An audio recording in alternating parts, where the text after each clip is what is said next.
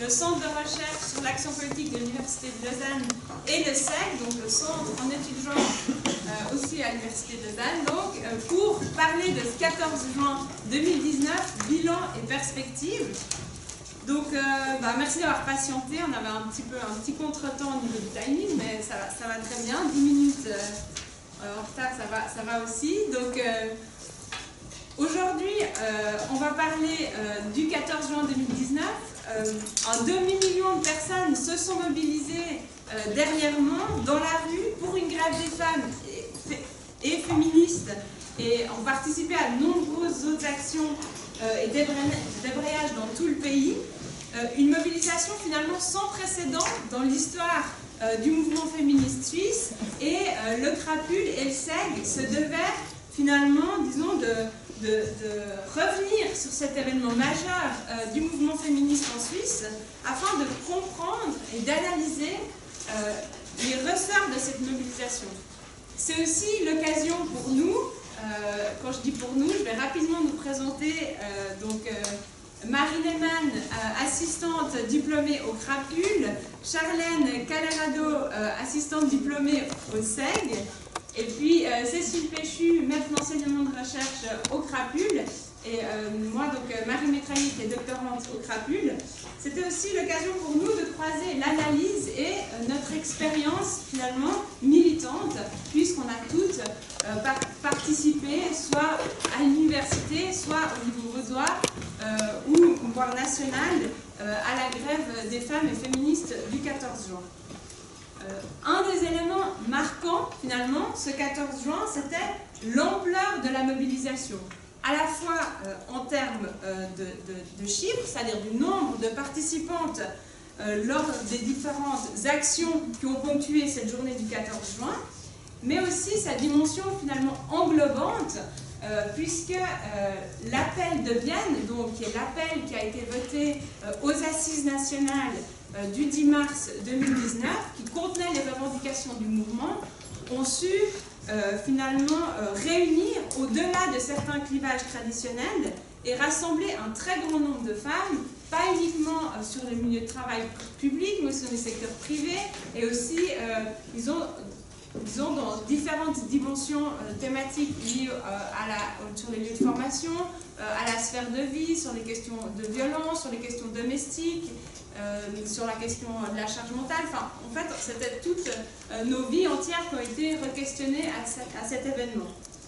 C'est pourquoi on a opté pour un format table ronde qui puisse finalement donner la parole à quelques-unes des femmes qui ont participé activement à la construction de ce mouvement, que cela soit au niveau national, roman ou vaudois, mais aussi que ce soit sur les milieux de travail, que ce soit du secteur privé et public, mais aussi sur, disons, dans les lieux de formation les plus divers. Donc, c'est pourquoi aujourd'hui, on a l'honneur d'avoir avec nous pour parler du 14 juin Michaela, d'abord, Boloventa, qui est membre du collectif vaudois, qui est au secrétariat de la coordination romande et membre aussi de la coordination nationale de la grève du 14 juin. Elle est par ailleurs responsable de l'égalité et des droits au syndicat des services publics, et elle a participé déjà à la grève de 91 et était une des principales instigatrices de celle de 2019. Donc merci Michaela pour ta participation. Merci Ensuite, pour l'invitation. à côté, on a Chloé Veutet, donc, qui a participé à la première assise romande le 18 juin 2018. Et puis, si j'ai bien compris, quand tu es revenue de ces assises romandes, tu as constitué avec deux autres militantes un collectif valais, un collectif valaisan de la grève des femmes et grève féministe, qui a pris une ampleur historique aussi dans le canton du Valais. Et tu as ensuite suivi les activités au niveau roman et national. Donc voilà. Et tu es journaliste et géographe. Voilà, c'est ça? Voilà. Donc merci. Ensuite, il y a Léonore Porchet, qui est aussi membre du collectif vaudois. Et toi, tu t'es plus particulièrement engagée au sein du Grand Conseil vaudois pour la constitution d'un groupe thématique femmes interparti. Et vous avez fait une déclaration commune en prévision de la grève dans l'hémicycle le 11 juin. Donc, tu es également élue verte au Grand Conseil et candidate au Conseil national. C'est juste? Okay. Ensuite, on a Léa Schilter, qui est donc membre aussi du collectif VO et militante au CLASH, qui est étudiante en médecine. Donc le CLASH, c'est le collectif de lutte contre les attitudes sexistes en milieu hospitalier, qui suite à un sondage réalisé au printemps 2018 auprès des étudiantes en médecine, vous avez finalement révélé l'ampleur des attitudes sexistes au CHUV, et vous avez ensuite ouvert une antenne téléphonique et mis en place une campagne de sensibilisation en collaboration avec le CHUV pour lutter contre ce phénomène. Je suis assez d'accord avec ça. Ok. Ensuite, on a Clara Almeida Lezard, qui est étudiante en sciences politiques ici à l'université. Elle est membre aussi du collectif VO, mais surtout du collectif UNIL EPFL. Elle a été particulièrement active et impliquée sur le campus auprès des négociations avec la direction et pour l'organisation de la journée du 14 juin. Elle est également militante à Solidarité. Ensuite, Tamara Nezevich, donc, qui est membre du secrétariat du collectif VO, qui a été très impliquée dans l'organisation du mouvement au niveau vaudois depuis l'été passé. Elle est aussi militante à Solidarité et elle est étudiante en politique sociale à l'Université de Genève, mais elle milite sur le canton de Vaud. Et enfin, Camille Gollet, donc tu es horlogère de formation et tu es actuellement secrétaire syndicale UNIA depuis 4 ans dans le secteur de l'industrie pour la branche horlogère à la Vallée de Joux. Et si j'ai bien compris, un des enjeux du 14 juin a été pour vous la création d'un groupe femmes horlogers au niveau des entreprises à la Vallée de Joux. Et bien que ça ne soit pas encore finalement abouti, la mobilisation des ouvrières le 14 juin ont permis de réunir plus de 500 personnes au sentier et également des femmes qui n'étaient pas donc de l'industrie horlogère. Donc voilà. Exact. Donc voilà un peu disons, ça donne rien que la présentation en fait de ces personnes à la table ronde nous donne un peu une idée de, disons, des différentes dimensions et des différents lieux qui ont été touchés par cette grève des femmes, grève féministe. Et l'idée pour nous finalement, c'est de réfléchir pendant cette table ronde à 2 questionnements généraux. Donc on va avoir 2 rounds de questions.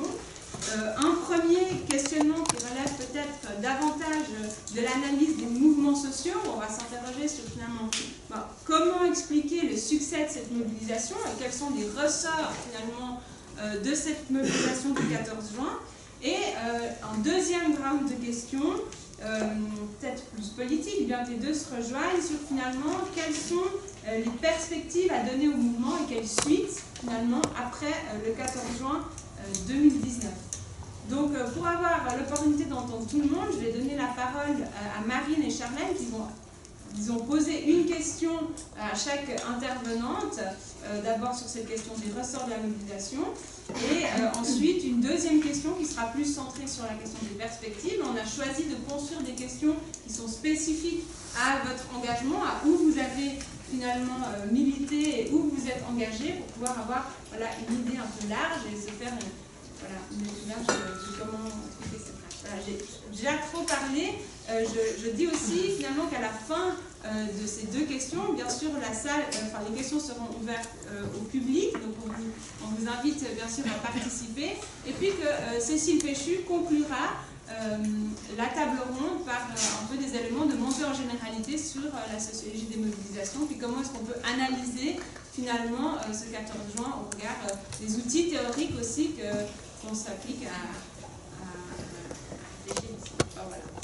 Je vous laisse la parole. Oui, merci. Alors, bonjour à toutes et à tous. Ma première question, elle va pour Michaela. Donc, on l'a vu, les syndicats, notamment le SSP, a soutenu la grève de manière très intense et l'Union syndicale suisse a débloqué ses fonds de grève en déclarant du coup que la grève était légale, on va dire. Donc, ma première question, c'est de savoir comment est-ce que vous avez réussi à motiver l'USS et les syndicats à soutenir cette grève et les différents collectifs? Alors les choses se posent un peu différemment en ce sens que l'idée de lancer un mot d'ordre de grève des femmes initialement a été discutée d'abord à la commission des femmes du SSP dans un lointain automne 2017, après prévoyant vieillesse 2020. Vous vous souvenez peut-être que nous avions gagné la bataille contre nos propres syndicats, donc les femmes syndicalistes, une partie des femmes syndicalistes en tout cas qui ont représenté la résistance à cette contre-réforme des retraites. Et tout de suite après cette bataille qui nous avait aussi divisé au sein des femmes de l'Union syndicale suisse, il y avait le congrès des femmes de l'Union syndicale suisse, puisque les femmes, elles ont, je ne sais pas quand, il faudrait peut-être une fois retrouver cette histoire, mais les femmes syndicalistes ont obtenu à l'Union syndicale suisse le droit d'avoir un congrès tous les 4 ans, où il y a à peu près 150-200 femmes qui se réunissent de toutes les fédérations et de toutes les régions de Suisse. Et c'est à ce moment-là que nous avons présenté 2 motions, une pour une manifestation nationale des femmes pour l'égalité qui a eu lieu le 22 septembre 2018, et une deuxième pour aller vers une grève des femmes en 2019. Donc c'était en janvier 2018. Entre deux, il y a eu la grève féministe espagnole qui nous a motivés à bloc, donc vu son succès. Et la difficulté dans un syndicat, c'est toujours que dans les congrès, c'est des moments comme ça d'enthousiasme collectif, et donc on décide un certain nombre de choses qui souvent restent lettres mortes, des belles résolutions comme celle qu'on prend le 31 décembre et qui ne vont pas loin. Et cette fois-là, on s'est dit à quelques-unes, non, cette fois-ci, on veut vraiment y aller, on veut vraiment cette grève féministe. En plus, c'était dans l'air, c'était discuté comme ça, ici et là, parce que cette grève espagnole avait quand même marqué les esprits des militantes féministes, notamment en Suisse romande. Et à partir de là, on a décidé de lancer des assises, parce que voilà, on s'est dit que si on veut faire une grève, on ne peut pas la faire à quelques-unes, il faut être nombreuses, il faut un mouvement large, il faut les syndicats, il faut les organisations féministes, et surtout, il faut les femmes non organisées, parce que la majorité des femmes dans ce pays ne sont membres ni d'un syndicat, ni d'un parti, ni d'une association féministe ou féminine, c'est juste des femmes qui, voilà quoi. Elles ont leur vie, elles vont peut-être dans un club de gym ou comme ça, mais il y en a peu qui sont organisées politiquement. Donc on a ce constat-là, on le connaissait. Et donc on a décidé déjà de faire des assises pour voir s'il y avait ouverte à toutes, pour voir s'il y avait un enthousiasme par rapport à cette idée-là. Et ces assises ont eu lieu le 2 juin 2018, c'était donc des assises romandes, qui ont réuni à peu près 150 personnes. Alors aujourd'hui, ça ne paraît pas énorme, mais c'était bien, c'était beaucoup. Parce que voilà, c'était un peu à froid aussi. Alors oui, c'était un peu à l'air, il y avait l'Espagne, mais bon, il y avait MeToo, etc. Et ça ne suffit pas encore à faire une mobilisation qui s'ancre dans le terrain en Suisse. Et puis à ces assises, eh bien, on a pris la décision de lancer une grève féministe et des femmes Astérix pour le 14 juin 2019. Il y avait une collègue Corinne Dunia, suisse-allemande, disons, et il y avait une personne du Tessin qui a ensuite fait le relais avec les autres parties du pays pour lancer aussi des assises qui ont eu lieu le 8 septembre, donc après la prise d'été dans les 2 autres pays. Région du pays. Et voilà. Et après, l'autre chose qu'on a fait, c'est évidemment dégager des moyens au niveau syndical, JESSP, et puis on a porté la question de la grève des femmes au congrès de l'Union syndicale suisse, donc le grand congrès de tout le monde, qui reste encore majoritairement composé de délégués masculins, mais ça s'améliore quand même. Donc ça c'était en novembre 2018 aussi, et là les choses étaient déjà assez avancées, et donc il y a eu un soutien de la part de l'Union syndicale suisse à la grève féministe, Et juste pour conclure, parce que sinon je fais trop long, sur la question du droit de grève, le soutien des syndicats est une des conditions nécessaires pour rendre la grève légale dans un pays qui n'aime pas la grève, où le patronat n'aime pas la grève, hein, un pays de la paix, du travail. Et donc les conditions à réunir pour qu'une grève soit considérée comme légale sont nombreuses et restrictives. Et une de ces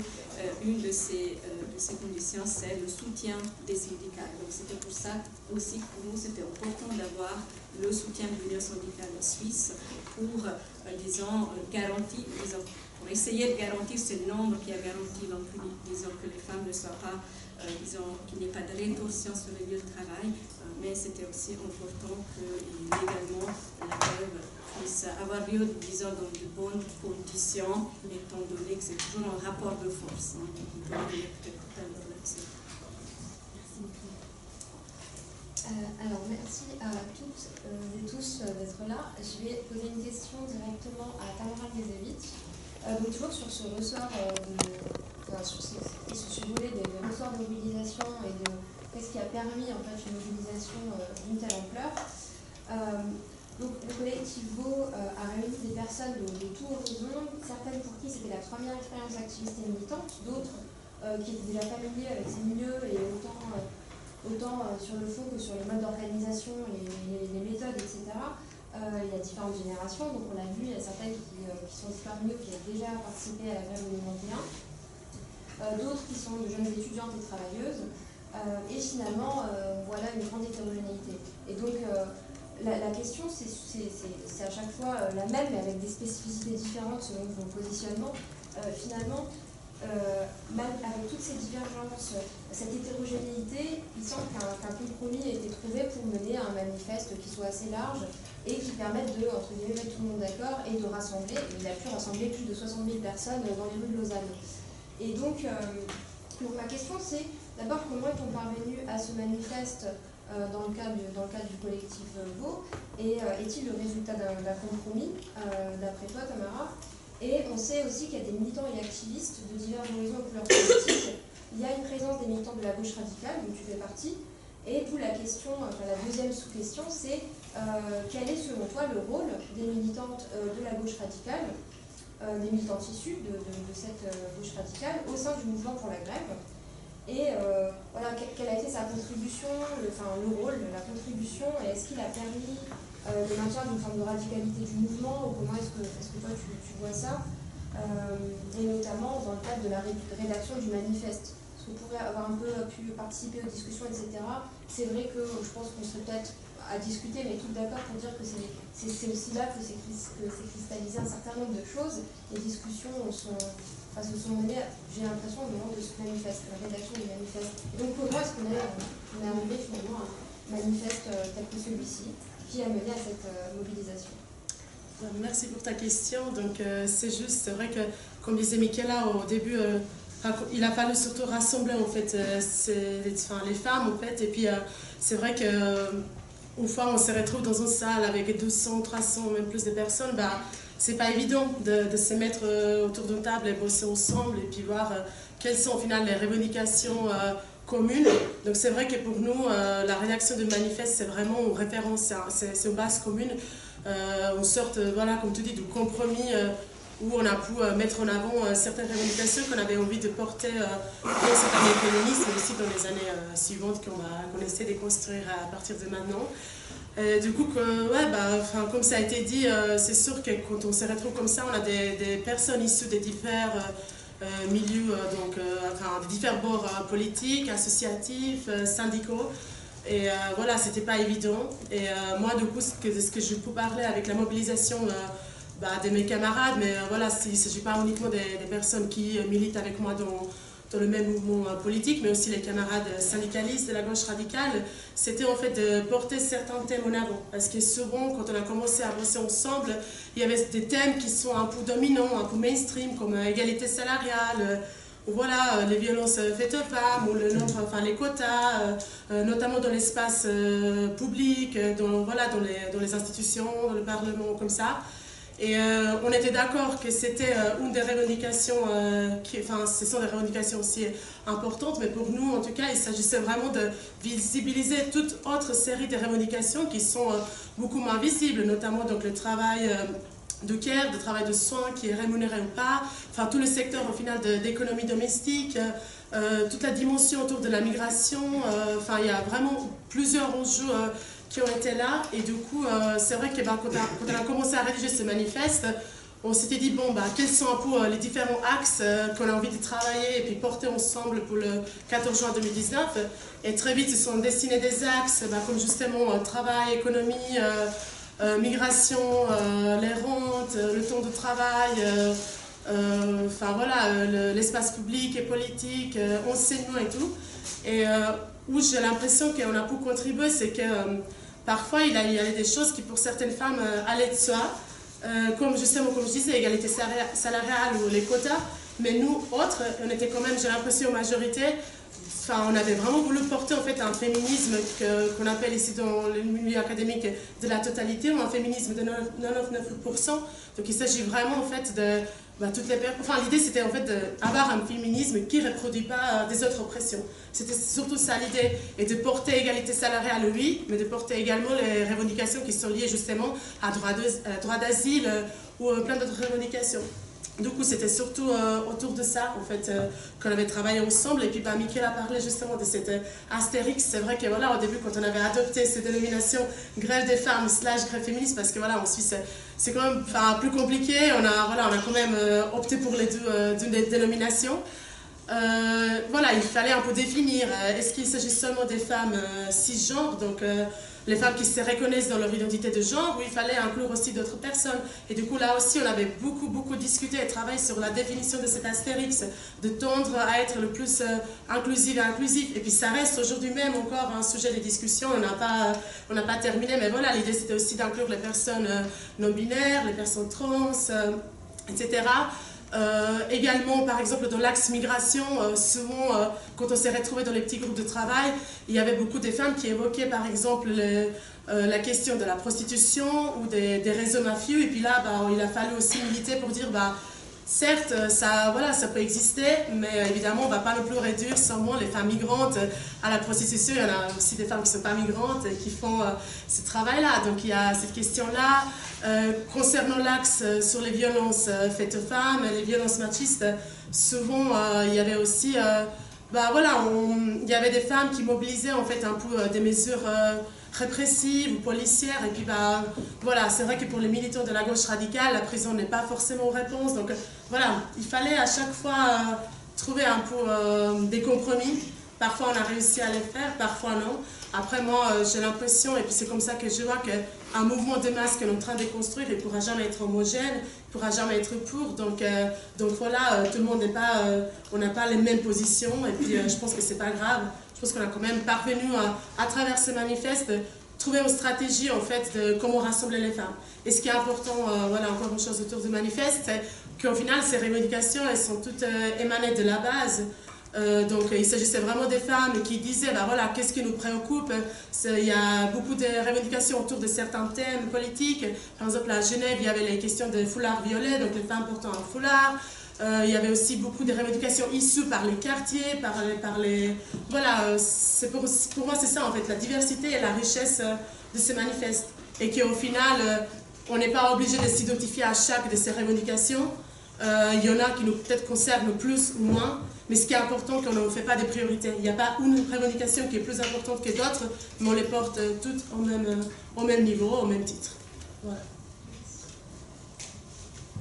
Merci. Alors j'avais une question pour toi Léa. Donc toi tu es membre de Clash, on l'a entendu, donc il y a un groupe féministe qui agit dans le secteur de la santé. On sait que c'est un secteur qui est très féminisé, difficile aussi parce que c'est difficile à mobiliser le secteur de la santé parce que les femmes qui travaillent dans ce secteur-là ont des statuts qui sont très différents, ont des horaires qui sont très différents, donc pour pouvoir se regrouper c'est difficile. Donc ma question c'était de savoir comment est-ce que Clash, qui était donc un groupe constitué déjà, en fait s'est introduit et intégré au sein du collectif Femmes CHUV qui s'est constitué. Parce que juste pour replacer le truc, c'est qu'au CHUV, ce qui s'est passé, c'est que alors les syndicats que ce soit le SSP ou Sud, sont au CHUV et puis font des assemblées générales, tractent, etc. et soutiennent les travailleurs et les travailleuses au quotidien sur différentes thématiques, la question des retraites, les conditions de travail, etc. Mais qu'en fait, au sein du CHUV, qui pourtant est un employeur qui emploie énormément de femmes, il n'y avait jamais eu la constitution d'un groupe femmes CHUV. Pour toutes les raisons qu'on a évoquées jusqu'à présent, difficile de se voir, des statuts très différents, les secrétaires, les infirmières, les médecins, les étudiantes, etc. Donc difficile aussi de voir dans quelle mesure est-ce qu'on peut travailler ensemble. Donc, je voulais savoir comment est-ce que Clash s'était intégré au sein du collectif Femmes CHUV qui s'était constitué. Et puis désormais, est-ce que ces deux collectifs, vous travaillez ensemble? Et puis comment aussi vous avez travaillé ensemble pour la constitution du cahier de revendications qui du coup était très divers et puis aussi difficile à constituer puisque devait se faire sur différents corps de métier et aborder beaucoup de choses. D'accord, vaste question. Alors déjà pour la première partie, nous on a entendu, je crois qu'on a entendu un peu en bruit de couloir qu'il y avait une réunion d'un collectif Femmes CHUV qui allait se mettre en place, et puis on avait discuté préalablement collectivement que nous en tout cas on allait soutenir la grève féministe de manière générale, et puis dans le milieu de la santé encore plus en apportant notre aide en tant que collectif. S'il y avait quelque chose qui se passait, jamais on s'était dit que nous on allait être à l'origine d'une mobilisation comme ça, de par notre statut d'étudiante et puis de notre petit nombre. C'était quelque chose de complètement irréalisable, je pense. Mais du moment qu'on a entendu ça, on s'est dit on va intégrer ce collectif et puis on va se mettre à disposition, en tout cas pour des questions logistiques, pour aider à les tracter, réfléchir, etc. Et puis, c'est avéré qu'en arrivant à la première réunion, on était en 6, et il y avait 4 membres de Clash, et puis petit à petit, le collectif, il a quand même pris pas mal d'ampleur dans l'organisation et la coordination, et je pense que c'est une partie par notre statut d'étudiant qui était là pour le coup un statut assez protégé, vu qu'on n'est pas des travailleuses, on n'est pas des employés directs du CHUV. Ça nous permettait une liberté de mouvement quand même qui était plus grande, et puis une disponibilité en matière de temps et de flexibilité, simplement au niveau des horaires, parce que nous on pouvait se libérer pour aller contacter des gens, discuter, etc. Donc c'est vrai qu'on était un peu des bonnes actrices au sein de ce collectif. C'était assez utile de nous avoir, puis petit à petit on a pris quand même pas mal de place dans les différents groupes de travail qui sont mis en place au sein du collectif. Ce qui fait qu'à la fin, on avait un statut, on a déclaré qu'on co-organisait, qu'on co-coordonnait la grève au sein du CHUV avec le SSP. Donc c'est un peu comme ça que ça s'est goupillé sur la fin. Et puis, au niveau de la mise en place des revendications, il y a plusieurs d'entre nous qui ont été donc justement ce groupe de travail revendications, où il a fallu, on avait peu de temps au CHUV, on s'y est pris assez tard pour commencer cette grève, je pense un peu trop tard. Par rapport à la montagne de choses qu'on voulait aborder. Et puis on a travaillé sur un cahier de revendications en 5 axes qui avait vraiment pour but de couvrir un maximum de choses et surtout de ne pas laisser de côté, comme l'a dit Tamara, les travailleuses précaires du CHUV, les personnes qui sont dans des contrats à durée déterminée, dans la sous-traitance, les classes salariales de l'État qui sont les plus basses, avec des demandes assez concrètes qu'on faisait à l'institution, que nous, on voulait une augmentation de classe salariale pour toutes les classes salariales en dessous de la classe 6. On avait envie que on exigeait que tous les contrats de sous-traitance ou les contrats à durée déterminée dans le CHUV soient titularisés, et puis que le CHUV arrête tout de suite ces opérations de sous-traitance qui sont gentiment en train de mettre en place. Et puis, ça, on a quand même réussi dans ces revendications à ne pas oublier et pas justement penser, quand on pense femmes, CHUV, on va penser parité chez les médecins cadres, égalité salariale, etc. Puis c'est vrai que c'est des choses qui sont importantes, mais finalement elles touchent assez peu de personnes par rapport à la masse des travailleuses du CHUV qui ne sont pas des personnes qui veulent être des médecins cadres, qui ne sont pas des médecins. Donc ça, je pense que ça s'est assez bien passé au sein du collectif, si j'ai réfléchi, parce qu'en étant dans ces groupes de travail, on a réussi à amener ça, et en le présentant ensuite en assemblée générale, on n'a jamais eu d'opposition de mettre en avant ce genre de problématiques-là plutôt que les problématiques de carrière femme, etc. Voilà, alors pourquoi? Je pense qu'il y a plein de raisons qu'on peut mettre en avant. C'est vrai qu'on n'était pas un groupe, il y avait tout le temps les mêmes personnes, donc ça tournait pas mal. Il y avait des gens du coup, même jusqu'à la fin, qui n'étaient pas habitués à discuter collectivement. Donc c'est vrai que même si je pense que ces personnes-là avaient eu envie de mettre des oppositions, peut-être qu'ils se seraient peut-être pas sentis aussi légitimes de le faire. Hein. Enfin, je pense qu'il y a de ça aussi. Aussi que les revendications qu'on portait, c'est des revendications qui sont connues des syndicats, qui sont portées depuis pas mal de temps, donc elles étaient quand même acquises par les personnes qui venaient aux AG et puis qui faisaient pour la majorité du temps partie d'un syndicat. Donc voilà, nous on n'a pas du tout, c'était quelque chose où il y a eu quand même un consensus assez rapidement sur ces revendications-là en tout cas. Voilà, et de la dernière, la suite, c'est Voilà. ça. Ok. Mais savoir qu'en tout cas, si vous travaillez toujours ensemble, Oui, alors là, à l'hôpital où on était, il ne se passe rien. Donc du coup, on n'a pas encore organisé de nouvelles AG, mais on va se revoir au courant de la semaine prochaine. Voilà, les mêmes personnes qui sont organisées collectivement pour le 14 juin, on va se revoir. Puis là, je vais continuer à, je pense, participer à ça et puis voir s'il y a un groupe de travail santé qui s'organise au sein du collectif de la grève féministe. Voilà. Merci. Merci. Alors, la première question, j'en ai posée à Clara Noïda-Loza, du collectif UPFL. Comme on peut l'imaginer, les grèves sur le campus universitaire, ça pose des défis particuliers. On l'a vu dans d'autres contextes nationaux, mais on voit aussi en ce moment dans plusieurs contextes, dans le cadre de la grève pour le climat, on voit que la démarche n'est pas la même, que la grève menée dans l'espace professionnel ou en ville, dans l'espace public, donc à la fois juridiquement et au niveau organisationnel. Et donc le collectif NIL EPFL, qui a d'ailleurs été rebaptisé collectif Grève NIL, a proposé le jour J divers événements sur le campus. Alors il y a eu des discussions, débats, des prises de parole, des étudiants mobilisés, des ateliers banderoles, mais aussi une allocution de la rectrice, de la chef du bureau de l'égalité, ainsi que d'autres intervenantes. Vous avez aussi réussi à obtenir qu'il n'y ait pas d'examen le jour J. Donc en fait, on a l'impression plutôt bien fonctionné, mais comment est-ce qu'on organise une telle mobilisation sur le campus de l'université et comment se sont passées les négociations avec l'administration? Ça c'est un peu la première question. Et la deuxième c'est finalement, pendant cette préparation de la mobilisation sur le campus, il y avait le collectif réunissait deux institutions, le NIL et le PFL. Mais aussi des profils d'ailleurs d'étudiantes différents, très variés, issus de différentes filières et formations, avec des problématiques qui peuvent s'avérer distinctes. Et donc comment arriver à un manifeste commun? Comment avez-vous discuté de toute cette liste de mesures, puisque dans votre document, dans le document du manifeste NIL-EPFL pour la grève, on a noté qu'il a pour vocation de proposer une liste de mesures utiles à la création d'une culture universitaire non sexiste au sens discuté par le collectif NIL-EPFL. Donc comment avez-vous discuté de cette liste de mesures et finalement qu'est-ce qu'une culture universitaire non sexiste, comment faire cohabiter toute cette diversité pour organiser des événements communs sur le campus avec tous les défis que ça peut représenter. D'accord. Alors, merci pour la question et ton invitation. Alors bon, premièrement, il faudrait quand même dire que le collectif à l'UNIL, il y a eu une volonté de créer un collectif à l'UNIL déjà pendant l'été, avant même la rentrée. Donc c'était vraiment une idée qui arrivait directement de se dire qu'il est nécessaire qu'il y en ait un et il y a du travail à faire sur place. Donc d'après cette volonté, il y a voilà, des camarades étudiantes qui ont décidé d'organiser cette première réunion.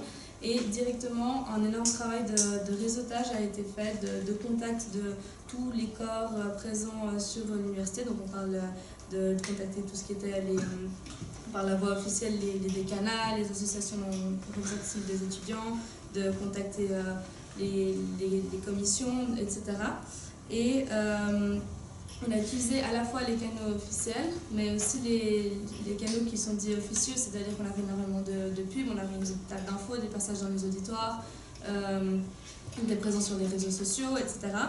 Et tout ça a fait qu'on a réussi à contacter énormément de personnes qui venaient en fait de toutes les couches différentes de l'université.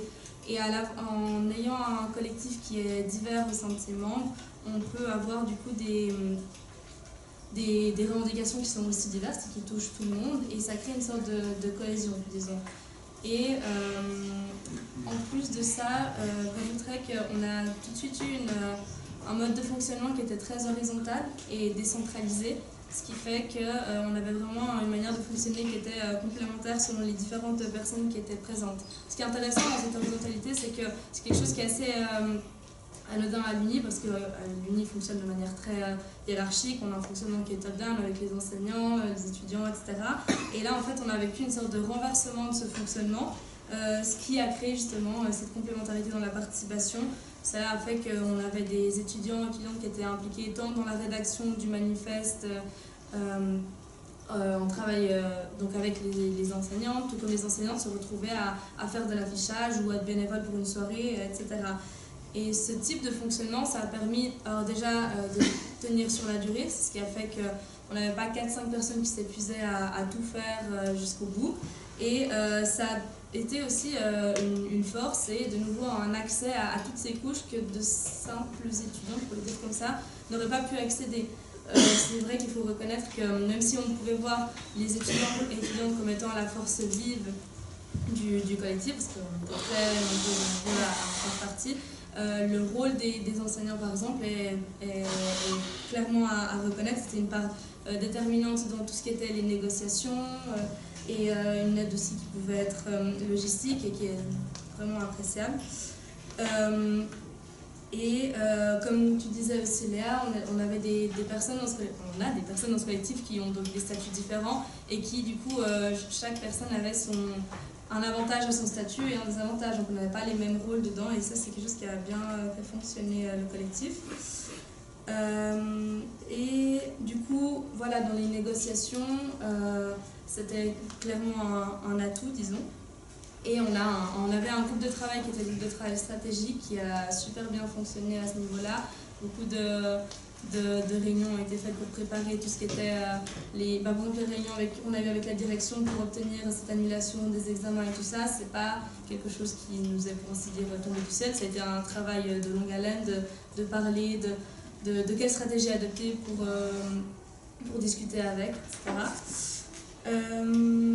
Ensuite, pour la deuxième partie qui est du coup des deux institutions unies, le PFL, alors dès le début pour nous ça faisait sens en fait de travailler conjointement unis le PFL, étant donné que c'est un seul et même campus, même si on a pu se rendre compte assez rapidement qu'il y a des divergences et des différences même dans la structure des deux campus, la façon de fonctionner, et également il y a une dynamique collective, disons, qui est différente. Et ça s'est vu au moment de mettre en place cette grève et de rédiger un manifeste, etc. Donc c'est vrai que il faut quand même dire que c'est quelque chose qui a fonctionné au final, étant donné que les membres des PFL sont venus à 15h24, on a fait la grève ensemble, etc. Mais peut-être, et du coup c'est quelque chose que je pense qu'il faudra saluer quand même, c'est parce que la mise en relation informelle des deux campus, c'est pas quelque chose qui est usuel. Et après, voilà, même si on a décidé de prendre des chemins un peu différents, ça ne veut pas dire qu'on ne peut pas collaborer pour d'autres événements, et le lien, il se maintient. La rédaction du manifeste, alors de nouveau, c'est le GT Revendications qui s'en est occupé, et ça a très bien fonctionné dès le début.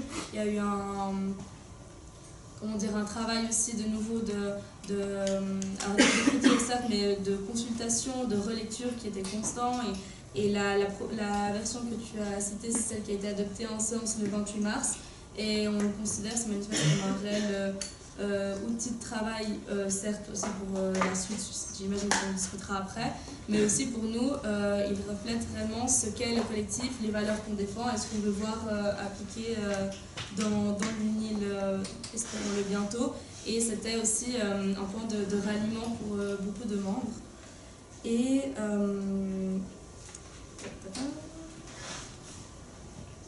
oui, je crois que je voulais dire d'autres choses, mais ce sera plutôt pour la deuxième partie, j'imagine. Je reste là.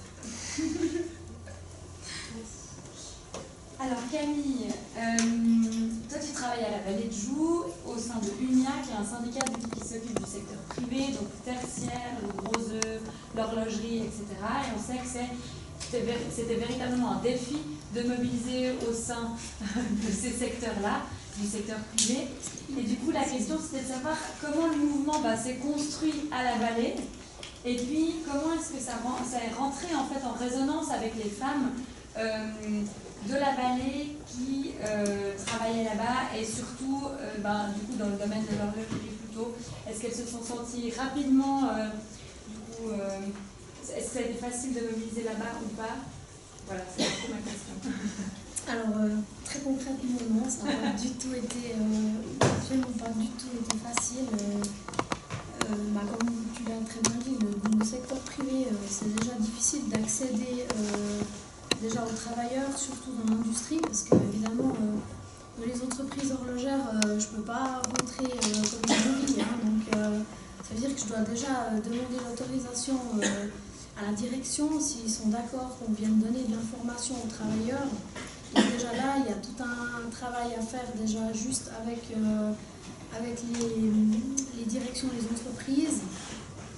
Alors ça s'est plutôt relativement bien passé, à part quelques entreprises qui ont mis un peu les pieds au mur, mais enfin voilà, on a quand même réussi à faire notre travail dans de relativement bonnes conditions, on va dire.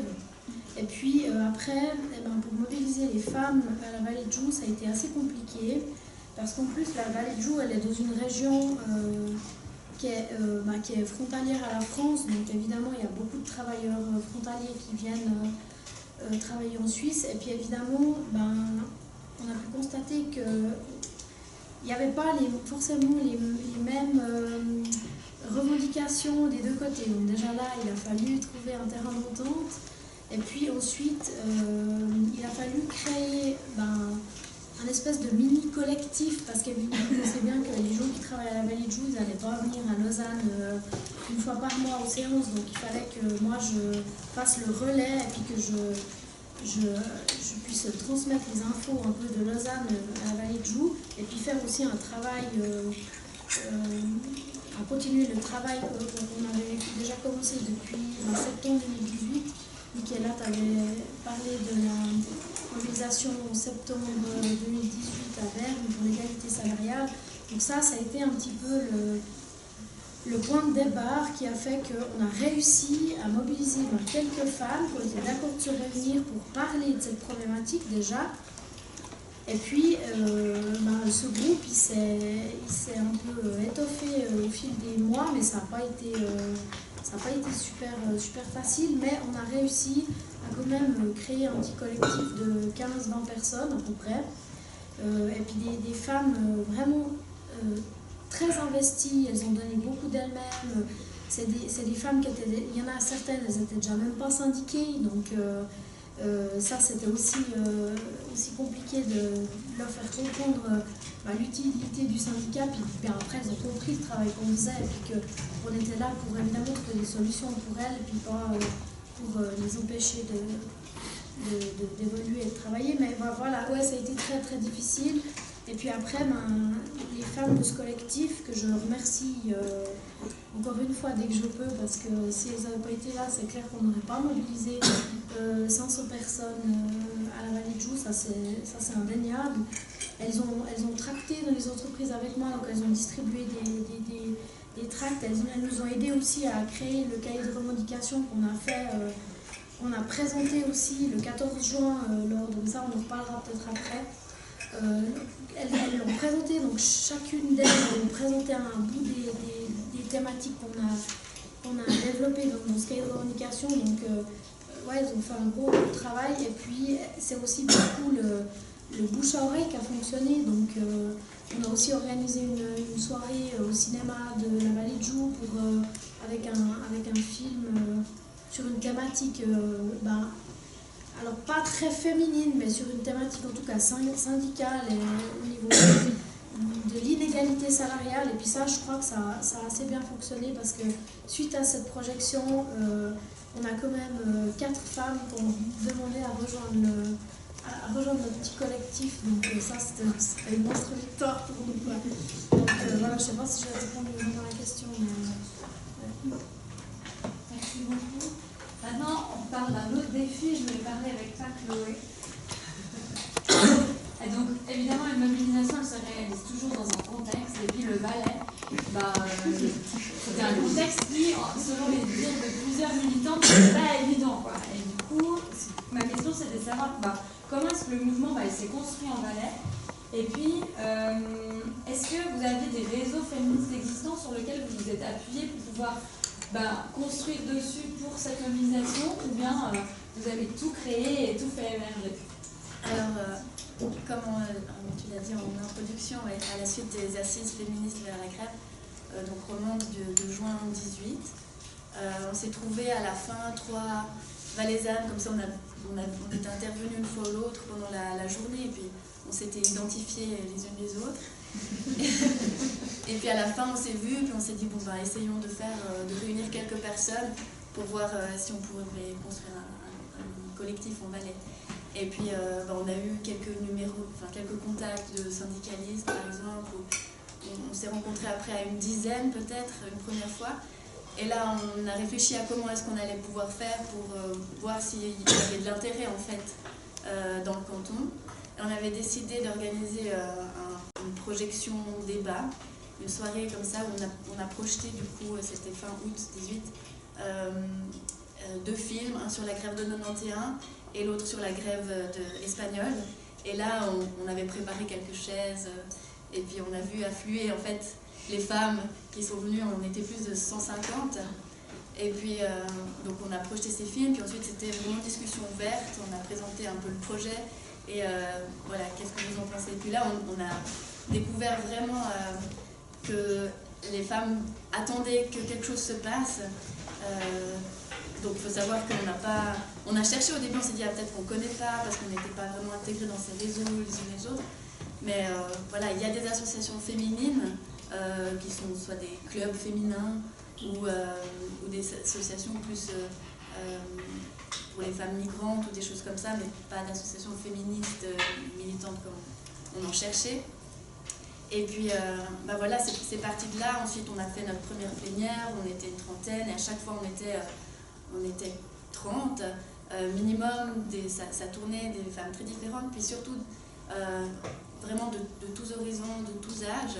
On avait des jeunes qui sont au gymnase, des anciennes militantes de plus de 70 ans, puis il y avait une réelle diversité.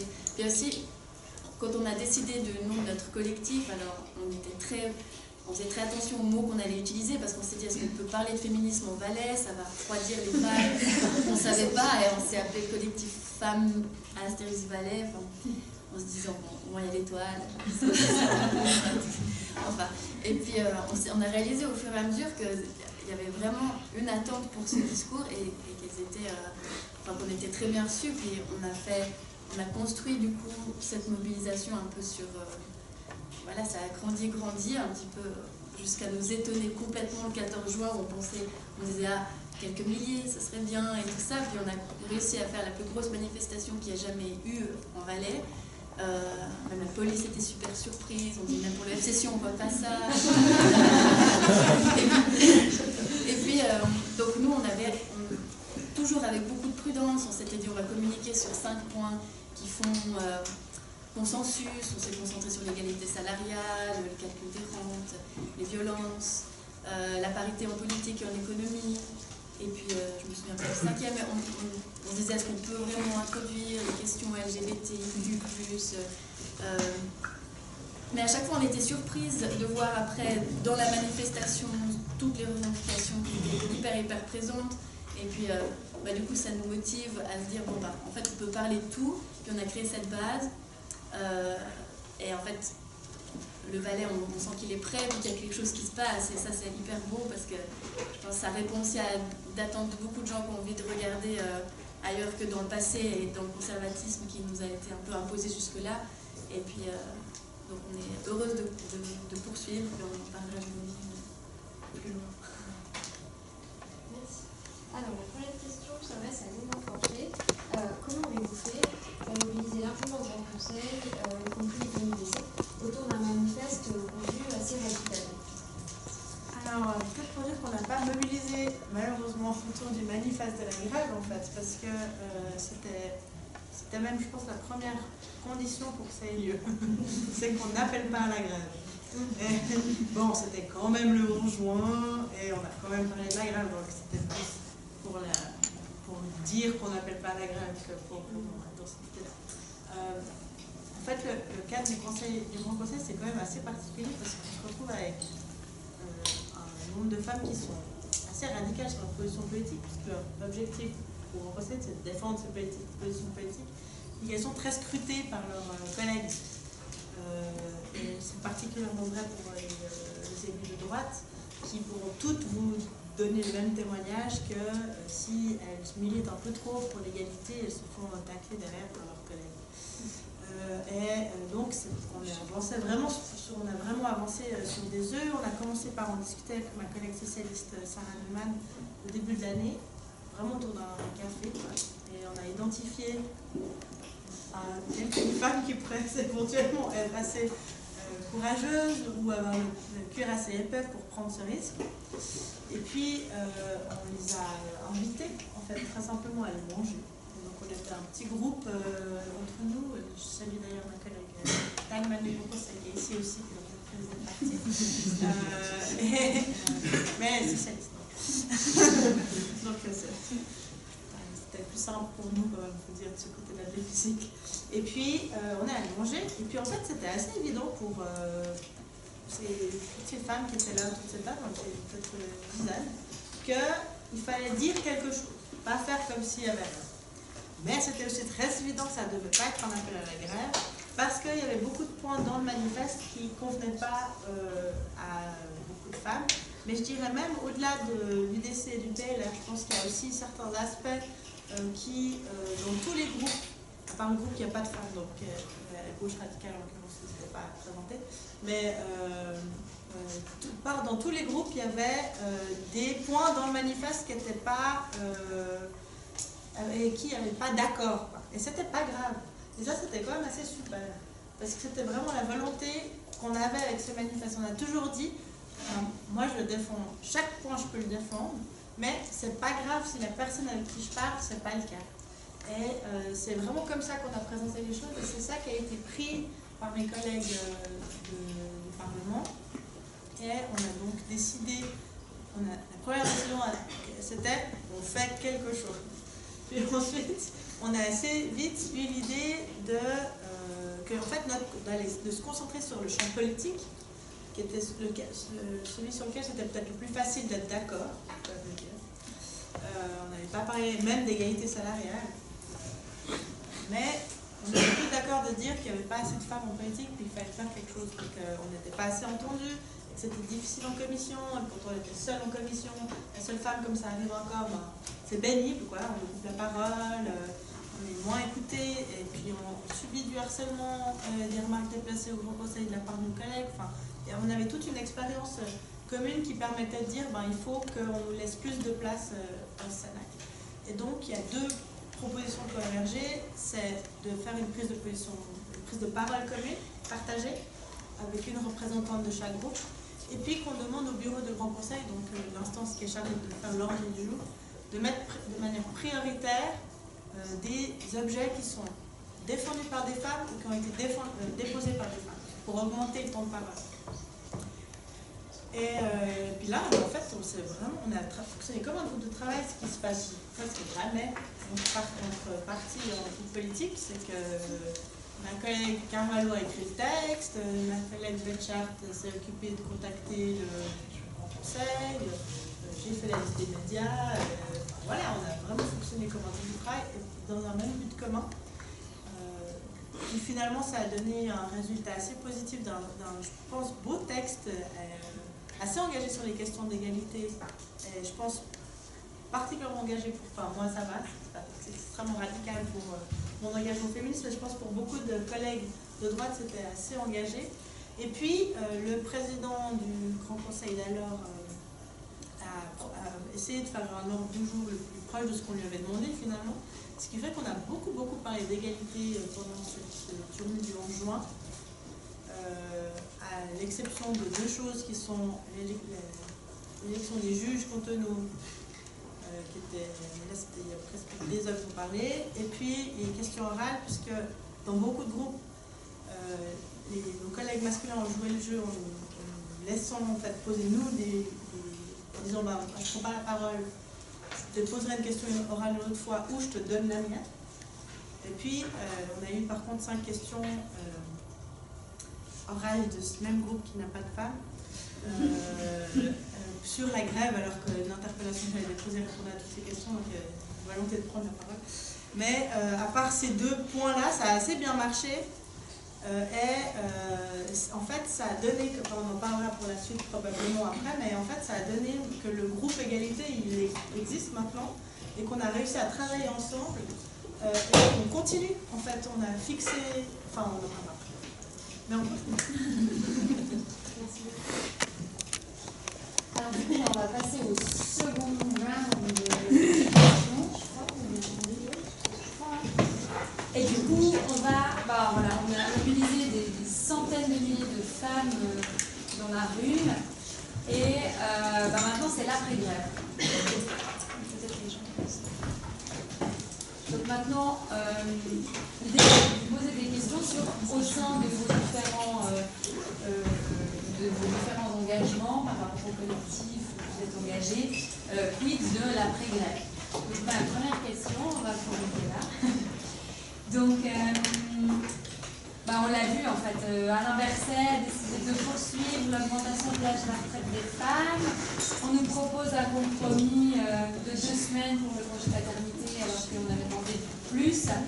Donc maintenant, en fait, l'idée c'était de savoir est-ce que vous avez des pistes de réflexion et des stratégies au niveau national plutôt pour agir sur ces questions-là, donc par exemple sur les questions de votre terrain, donc un peu quels sont les prochains défis du collectif.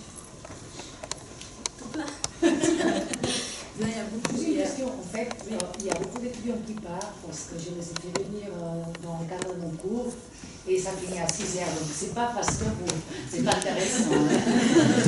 Juste une autre certaine technique. Est-ce que quelqu'un sait comment recruter un micro dans cette phase? Parce que je me disais qu'avec les micros, il faudrait ça mieux. On attend, hein, depuis ici. Oui, ça va. Oui. Oui. Pour reprendre sur la suite, ça a été dit, il y a déjà des fois des difficultés de culture différentes entre l'UQL et les PFL, vous imaginez, entre Genève et Saint-Gall. On s'est réunis 2 fois au niveau national et évidemment la discussion, comment on est en collectif, ça a été dit tout à l'heure, on fonctionne à tous les niveaux. Que ce soit, c'est nécessaire. Ah bon, on nous a demandé. Ouais, c'est comme c'est mieux. Alors, je pense. Donc, comment on fonctionne de façon. Comment on fonctionne de manière très horizontale. Évidemment, on a un temps pour la discussion qui est relativement long. Nous avons pour le moment eu 2 réunions au niveau national, on se voit aussi au niveau Romand, et puis à chaque fois, chaque collectif revient vers son propre collectif pour discuter de ce que nous avons envie de faire par la suite. Donc la bonne nouvelle, c'est que pratiquement tous les collectifs, sauf les tout petits collectifs, il y en a eu quelques-uns en Suisse centrale ou comme ça, qui ont arrêté de se voir, mais globalement tous les collectifs continuent de se voir, donc il y a une activité très intense au niveau des collectifs et on a convenu d'une agenda féministe commune.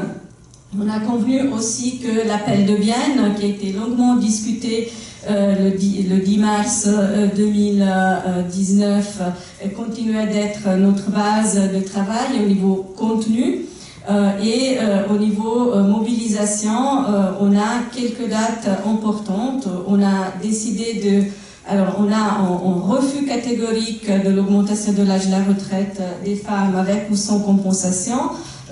Sur Vaud, on a un groupe de travail qui s'est déjà réuni et qui va porter et construire une mobilisation à ce niveau-là. Il y a un groupe aussi à Genève. Ailleurs, ça va être un peu plus laborieux, mais disons très clairement, on a envie de construire une campagne sur cette question-là, qui est une question très importante parce qu'elle est quand même l'objet d'un débat et d'une polarisation entre le monde du travail et le monde du capital, si j'ose dire, au-delà des partis politiques. Je dis travailler une année de plus, c'est se faire exploiter une année de plus pour les horlogères de la vallée de Joux, pour les vendeuses, pour les personnels soignants. Et donc c'est pas une question juste secondaire, c'est une question vraiment très importante pour nous. Il y a une journée d'action aussi sur la question des salaires le 21 octobre qui a été décidée au niveau national. Et sur ce point, ça a été dit à quelques reprises que l'égalité salariale est une revendication qui finalement fait l'unanimité. C'est pas vrai. C'est pas du tout vrai. L'égalité salariale, c'est une revendication qui fait l'unanimité à la surface, politiquement correcte. Tout le monde est pour l'égalité, mais de fait, l'égalité salariale n'avance pas. Et il y a une opposition patronale farouche sur le principe même de parler des salaires. Le patronat ne veut pas de transparence de salaire, ne veut pas de contrôle des salaires. Il veut continuer de gérer ce qui est masse salariale à sa guise. Et évidemment, l'inégalité salariale, c'est pas juste une discrimination, c'est vraiment une double exploitation de la main-d'œuvre féminine avec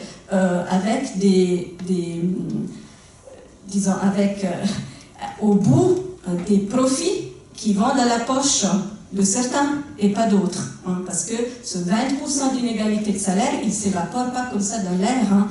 Il va constituer les profits du patronat. Et lorsqu'on a des salaires très bas, parce qu'une chose c'est l'inégalité salariale à toute chose égale par ailleurs, ce à quoi le patronat veut réduire la question salariale.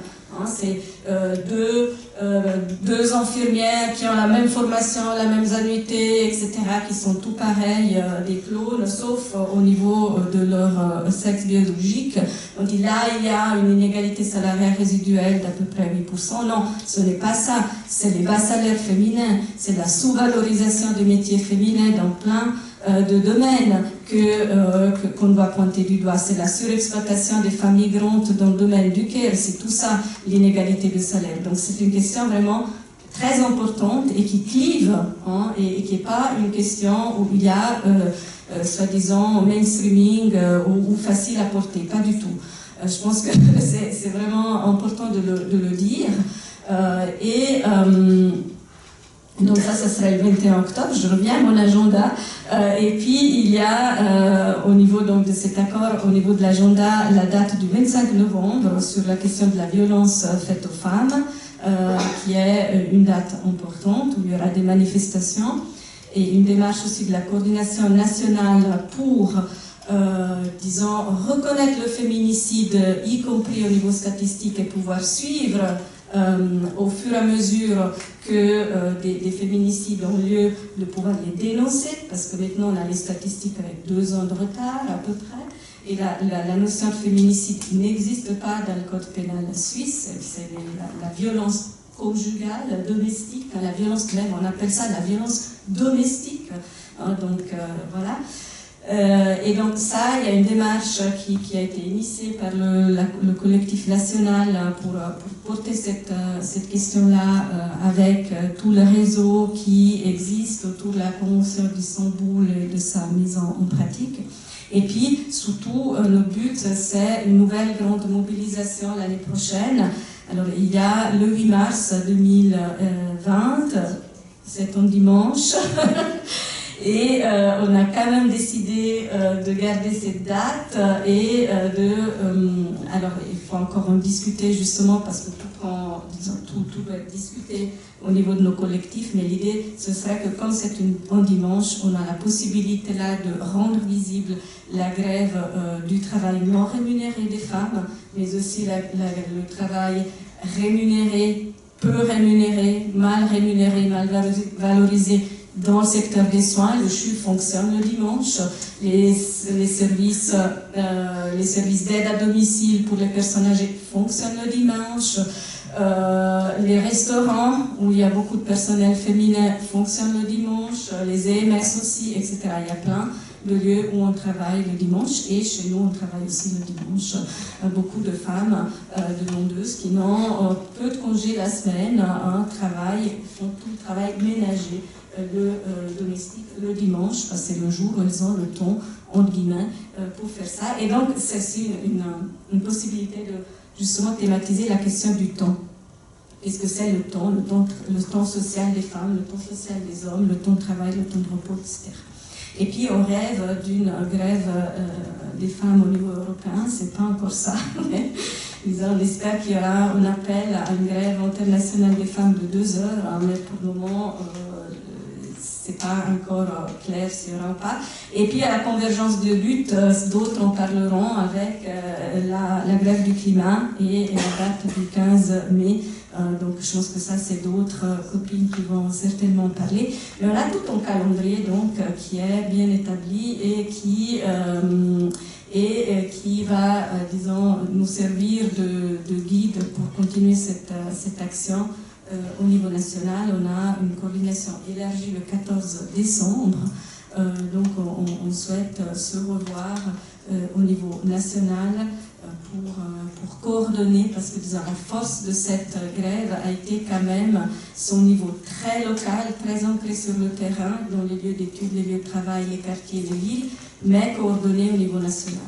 Donc tout le pays, on a eu des actions, on a eu ces moments communs à 11h, à 15h24, on a eu des manifestations partout, et c'est ça qui a fait que chaque action, même petite, a été finalement portée par ce mouvement et amplifiée par ce mouvement national. Et ça, on aimerait bien le conserver, c'est un défi. Il n'y a jamais eu un réseau aussi étendu, un réseau féministe aussi étendu en Suisse. Depuis que je m'en souvienne, mais c'est pas, disons, ni facile ni évident de le maintenir. Mais pour le moment, il y a des bons signaux et des bonnes volontés pour continuer sur cette lancée.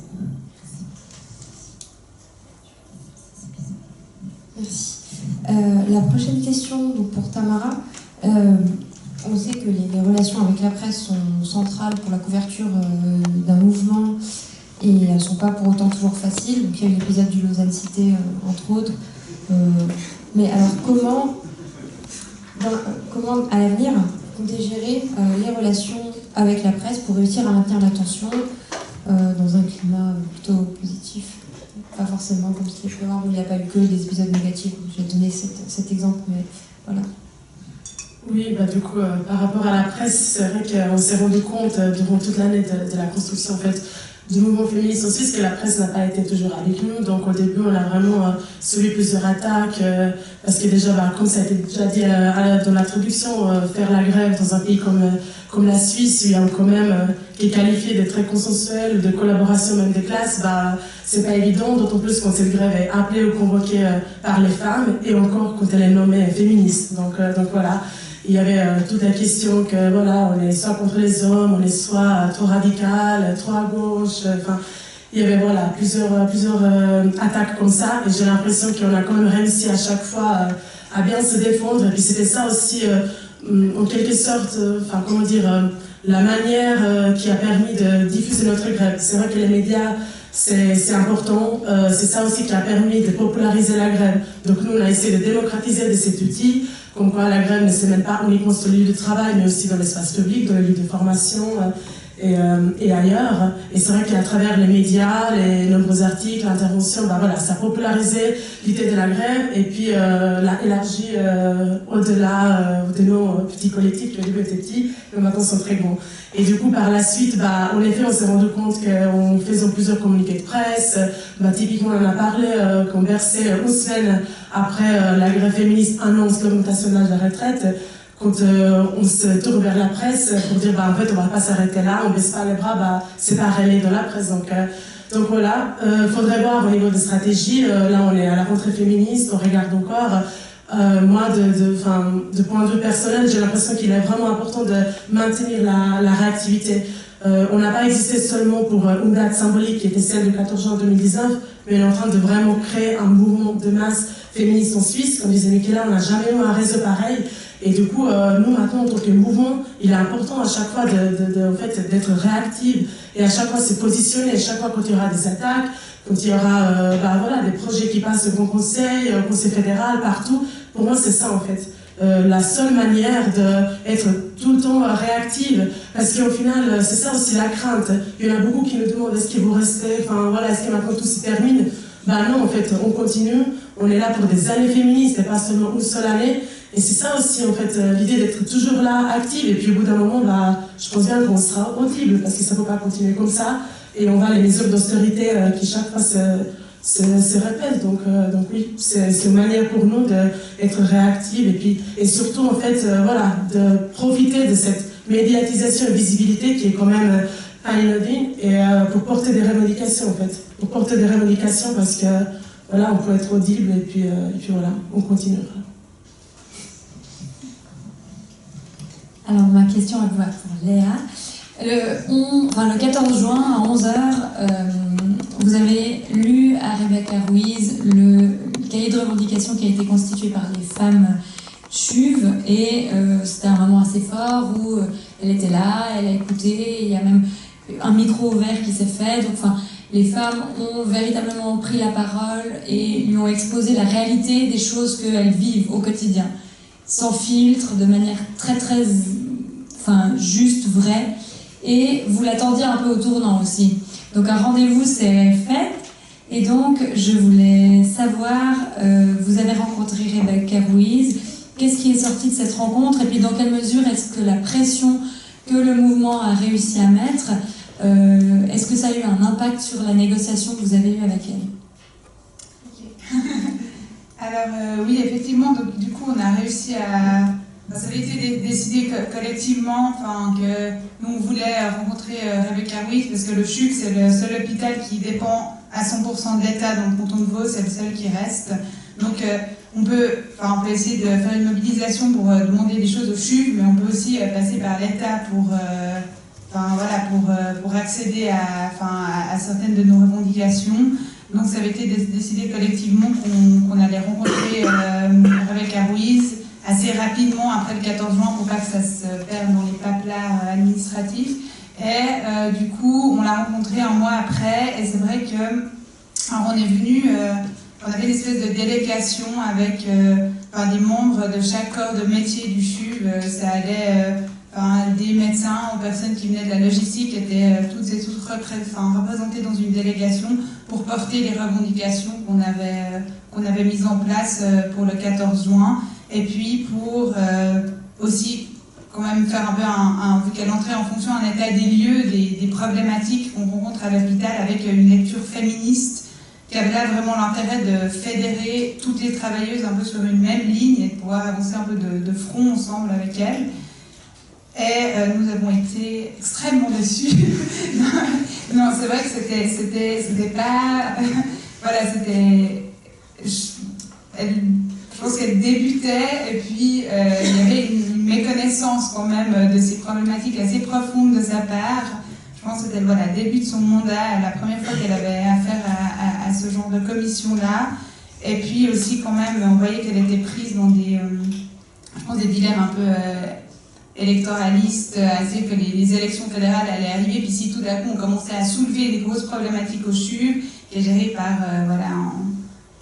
quelqu'un qui vient de la gauche, la droite allait pouvoir faire regardez-moi cette ingérence, ça va pas du tout. Donc pour l'instant elle est restée très sur ses pattes arrière à dire on fait des élections fédérales, et puis aussi ce projet de faire une semi-privatisation du CHUV qui a été déposé et qui est un gros sujet actuellement. Puis voilà, sa position c'était vraiment de dire on attend que les élections passent, on attend que ce projet, on essaie de l'embourber au maximum, et du moment qu'il ne va pas passer, on pourra rediscuter des problèmes qu'il y a au CHUV. Et en attendant, elle nous a donné à nous la mission de faire des audits internes de nos services pour lui rapporter des faits à démontrer pour qu'on puisse travailler dessus. Donc c'est vrai qu'on était un peu refroidis, ce qui, je pense, c'est mon point de vue, on n'a pas encore fait ce retour avec les femmes du collectif CHUV, mais je pense que ça confirme qu'on ne peut pas, en tout cas pour l'instant à l'hôpital, on ne peut pas établir un rapport de force ni avec l'État ni avec la direction du CHUV en termes de nombre de personnes mobilisées, de nombre de personnes qui grèvent, mais il faut qu'on continue à maintenir voilà, cette solidarité interprofessionnelle qu'on a réussi à mettre en place, et puis peut-être à l'avenir se mobiliser sur des points précis où là on peut essayer d'obtenir en se mettant tout en solidarité autour d'un point précis, essayer d'obtenir des choses un peu petit à petit jusqu'à, j'espère une fois, un renversement de la direction du CHUV, mais on n'y est pas encore malheureusement. Et puis je pense notamment à Prévoyance 2021 qui fait beaucoup de sens pour les travailleuses dans le milieu de soins où il faudra qu'on les attende autrement et qu'on se mobilise. Mais Rebecca Ruiz une autre fois. Alors, merci pour toutes vos réponses. On va juste vous appeler à répondre un tout petit peu plus, de manière un peu plus courte, parce que comme ça on pourra laisser aussi la parole au public pour avoir un échange avec le public. Donc la prochaine question est pour Clara. Donc qu'est-ce qui va se passer maintenant à l'université finalement? Et donc vous avez bientôt votre réunion de rentrée du collectif Grève 1000 le 2 octobre, il me semble. Voilà, très bientôt. Donc quelles sont les perspectives et qu'est-ce qui va vraiment, qu'est-ce qui selon toi va se passer prochainement? Qu'est-ce que tu espères? Alors, ce qui va se passer, je peux que l'espérer, on va tout mettre en place pour que ça fonctionne, mais ce qui est clair en tout cas, c'est qu'on a un gros outil qui est notre manifeste. Il est très étoffé, on a quand même 44 revendications sur lesquelles on a travaillé durant toute l'année. Il est en partie, il traite de toutes les thématiques à l'UNIL, du moins on l'espère, sinon on va sans doute rajouter d'autres éléments dedans. Et c'est pour nous un outil de travail pour la suite, ça oui c'est clair et net, parce que c'est là qu'elles sont écrites le pourquoi on s'est créé comme collectif à l'UNIL et pourquoi on a fait grève ce jour-là. Mais à mon avis c'est également un moyen de pression qu'on a à présent parce que on a quelque chose de concret, de physique, de tangible qui exprime ce que l'on désire. Et la pression, elle est aussi dans toutes les personnes qui le soutiennent et qui l'ont acclamé le jour du 14 juin, le jour où on l'a lu face à la rectrice et aux 500 personnes qui étaient présentes. Tout le monde a vu comment ce 14 juin a fonctionné et le manifeste en partie. Et à mon avis, c'est clairement un outil qu'on devra utiliser à ce niveau-là. Il faut penser aussi que sur là, on a fait remplir des déclarations de grève, donc au niveau symbolique, étant donné que le droit de grève était déjà obtenu en partie par les étudiantes et les étudiants et toutes les personnes présentes. On a fait remplir ces déclarations dans lesquelles chaque personne qui signait pouvait dire pourquoi est-ce qu'elle faisait, qu'est-ce qu'elle voulait obtenir de cette grève. Et il faut penser qu'une grande majorité des demandes étaient d'appliquer le manifeste du collectif UNIL EPFL et les autres demandes étaient des points qui étaient également traités dans ce manifeste. Donc voilà pourquoi je dis que pour moi c'est clairement un outil et un moyen. Et il faut aussi penser que jusqu'à maintenant on a beaucoup joué le jeu en fait de passer par l'institution, de marcher main dans la main avec la direction, etc. Tout le temps c'est pas bien. Donc pour obtenir cette mobilisation. Merci. Le 14, mais il faut penser que maintenant on a ces demandes-là, cet objectif-là, et si travailler avec l'institution ne fonctionne plus, on utilisera d'autres moyens. S'il faut faire d'autres alliances avec des syndicats ou d'autres instances pour obtenir cela, on va le faire, ça on est clairement déterminé, et c'est donc des chemins différents qui s'offrent à nous avec un même objectif au bout, mais on est en tout cas déterminé à le faire ainsi. Et donc voilà, dans les perspectives, clairement on continue à faire vivre ce collectif pour mettre en place ce manifeste et ses revendications. C'est vrai que ces difficultés que je n'avais pas mentionnées avant, et que je me permets du coup de revenir là-dessus rapidement, c'est le lien avec les syndicats, il a été, il faut le dire, totalement inexistant avec le collectif et en tout cas à l'UNIL. On salue bien sûr le travail immense qui a été fait au niveau national par les syndicats, etc., comme l'a expliqué Michaela avant et aussi de l'autre côté de la table, mais c'est vrai qu'au niveau de l'UNIL, on s'est senti très seul à ce niveau-là et on pense qu'on pourrait faire une bonne alliance pour vraiment former un bloc et travailler de manière complémentaire ainsi pouvoir avancer sur les questions qui nous préoccupent. Merci. Alors Camille, je voulais savoir aussi, après le 14 juin, cette belle mobilisation à la Vallée de Joux, qui était quand même une réussite, surtout dans ce contexte-là, dans ce secteur-là, etc. Et maintenant, est-ce qu'il y a des choses qui, du coup, sont un peu mises en place pour réussir à appliquer les différentes revendications que vous avez mis en lumière, notamment dans le secteur de l'horlogerie? Alors, pour essayer de faire assez court, donc comme je l'ai dit tout à l'heure, effectivement pour le 14 juin, on avait créé donc un cahier de revendications qui est ici présent, qui regroupait donc trois points où on a développé un peu des sous-points. On demandait donc plus de respect pour en finir un peu avec l'organisation extrêmement patriarcale de la branche horlogère.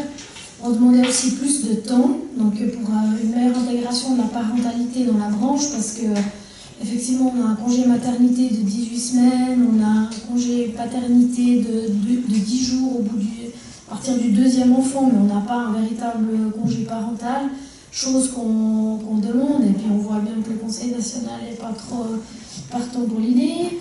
Et puis on demande effectivement plus d'argent, donc, et que l'égalité c'est maintenant et puis pas dans 150 ans, parce que à savoir que dans l'horlogerie, on en a parlé tout à l'heure, Michaela t'a parlé des 20% d'écart salarial entre femmes et hommes. Il faut juste savoir que dans la branche horlogère, donc on parle de travail, on travaille dans du luxe, donc dans du haut de gamme, dans des grosses marques horlogères. Et l'écart salarial entre femmes et hommes est de 24,8%. Donc les femmes, elles gagnent un quart de moins que les hommes. Donc effectivement, vous pensez bien que c'est un petit peu la priorité du moment, c'est essayer de effectivement ramener ces salaires, les salaires du moins féminins à une égalité quand même un peu plus digne de ce nom, parce que là c'est la catastrophe. Mais là, le seul moyen qu'on a, c'est donc dans l'horlogerie, on a une convention collective de travail qui est renouvelée tous les 5 ans, et là on arrive en année de renouvellement, donc on est en train de faire un travail de création de cahiers de revendication, mais pas que pour les femmes malheureusement, mais il est clair que justement on va se réunir avec les femmes du groupe d'intérêt qu'on a créé, et on va prioriser les points qu'on veut intégrer de ce cahier de revendications féminin dans les revendications plus globales, parce qu'il est évident que le patronat a reçu ce cahier de revendications le 14 juin, mais on n'a pas eu de retour, ils en ont un petit peu rien à carrer, donc on va passer, non mais parce qu'ils nous disent vous devez passer par la voie légale que prévoit la CCT, donc vous devez faire votre cahier de revendication et puis on en parlera au moment voulu. Donc si on veut en parler avant, c'est compliqué. Donc ils ont un peu, c'est comme les chevaux qui ont les œillères, quoi. Ils sont un peu coincés. Puis évidemment, c'est la majorité, c'est quand même, enfin, on en revient toujours à la même chose, mais c'est quand même des hommes, quoi. Donc évidemment, vous pensez bien que voilà, c'est assez compliqué. Donc on va essayer de tirer le meilleur de ce cahier de revendication pour 2021. Voilà. Dans la vie, voilà. Mais pour le moment, il n'y a pas grand-chose de concret, malheureusement. Voilà. Merci. Alors, ma question pour Chloé. Donc, mobilisation historique en Valais qui galvanise, qui donne du courage pour l'avenir, etc. Est-ce qu'on peut skier uniquement là-dessus? Du coup, ma question c'est comment maintenir le collectif en vie maintenant? Et puis, est-ce que ça suffit de dire on fera la même le 8 mars pour que ça tienne? Donc, comment est-ce que vous réussissez à faire vivre ce collectif Valais maintenant? Disons qu'on a vraiment, une fois la grève passée, on s'est très vite revus. Et là, on a constaté que tout le monde était partante pour poursuivre. Et puis aussi par leur présence, c'était pas juste des paroles en l'air, il y avait déjà de nouvelles personnes qui nous rejoignaient. Celle qui était toujours là, qui était vraiment toujours là avec encore plus d'envie de poursuivre. Et puis maintenant, on est un peu dans notre rentrée aussi. On a déjà un petit peu parlé des groupes de travail qu'on allait faire poursuivre. Je pense que ça va se réagencer de toute façon. Aussi parce qu'on va créer des synergies au niveau roman, parfois pour certaines thématiques. Et puis au sein du collectif valaisan, on avait des projets déjà assez avancés sur certains axes, comme le jour du 14 juin, on avait monté une exposition sonore de témoignages qui nous avait été livrée par des femmes sur les thèmes de violence et de harcèlement. Et puis ça, c'est quelque chose où on a beaucoup de force vive au sein du collectif pour poursuivre sur ce genre d'initiative. Et puis on a un collectif qui est assez créatif. On avait commencé vraiment les premières actions qu'on a faites, c'était des ateliers créatifs avec des créations de vulves qu'on était allé déposer dans le chemin des crèches. Enfin, on a des bonnes idées, puis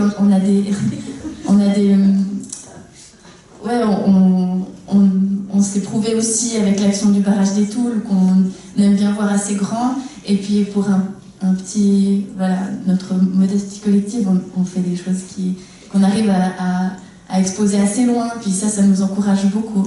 Et vraiment de voir des nouvelles personnes qui nous ont rejoints depuis la grève, on voit que je pense qu'on va réussir à le faire vivre et puis à poursuivre sur les autres actions de l'agenda féministe qui a été convenu avec les autres collectifs.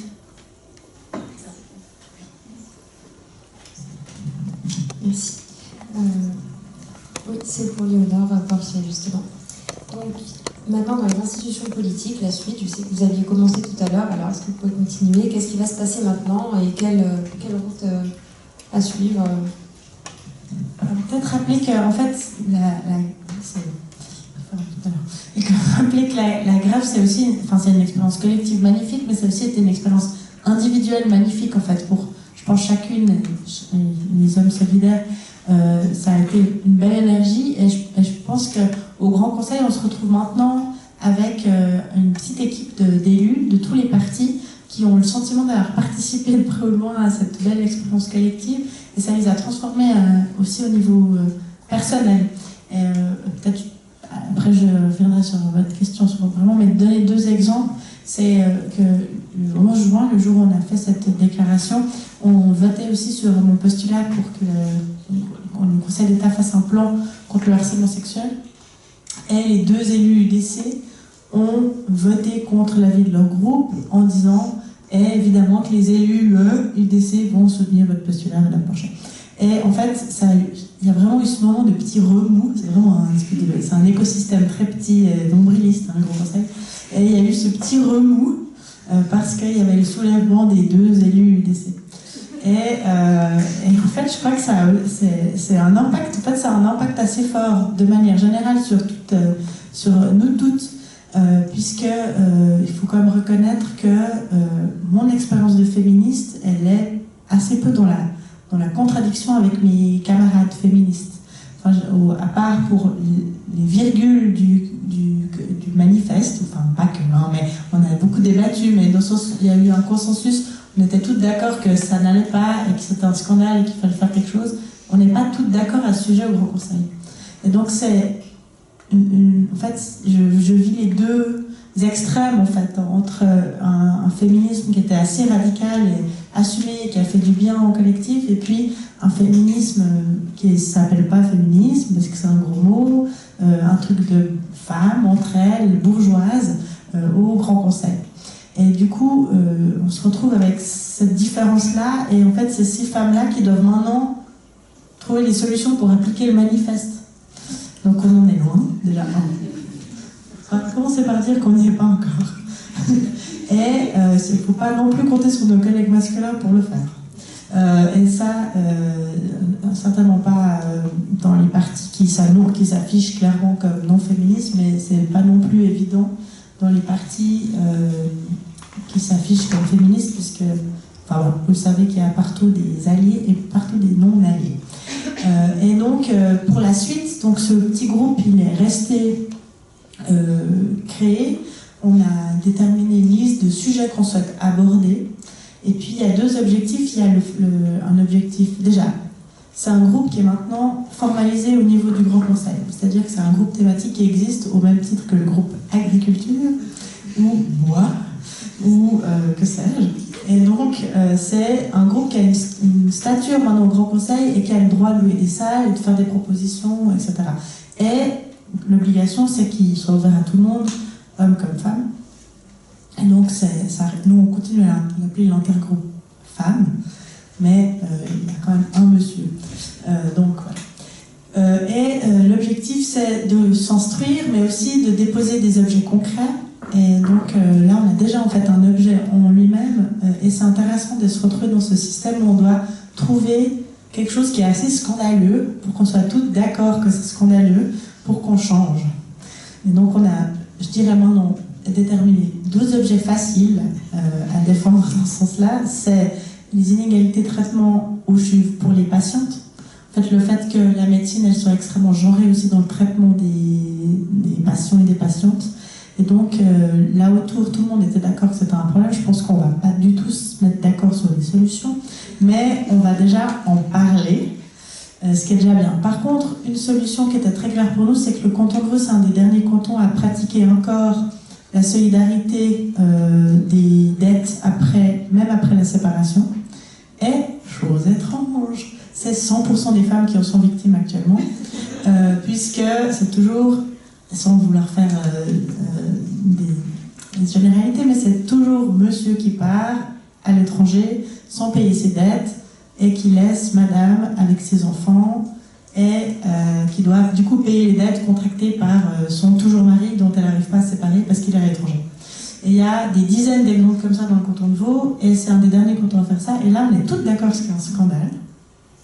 Et donc on va déposer une motion pour changer la loi, qui sera probablement portée par la présidente de notre commission qui est verte libérale, enfin notre GT. Et donc il y a ce principe-là de trouver un peu le plus petit dénominateur commun, qui est très très loin d'être le manifeste, c'est certain, mais qui a maintenant, on va dire, l'avantage de pérenniser une volonté de travailler sur cette thématique-là et d'être solidaire.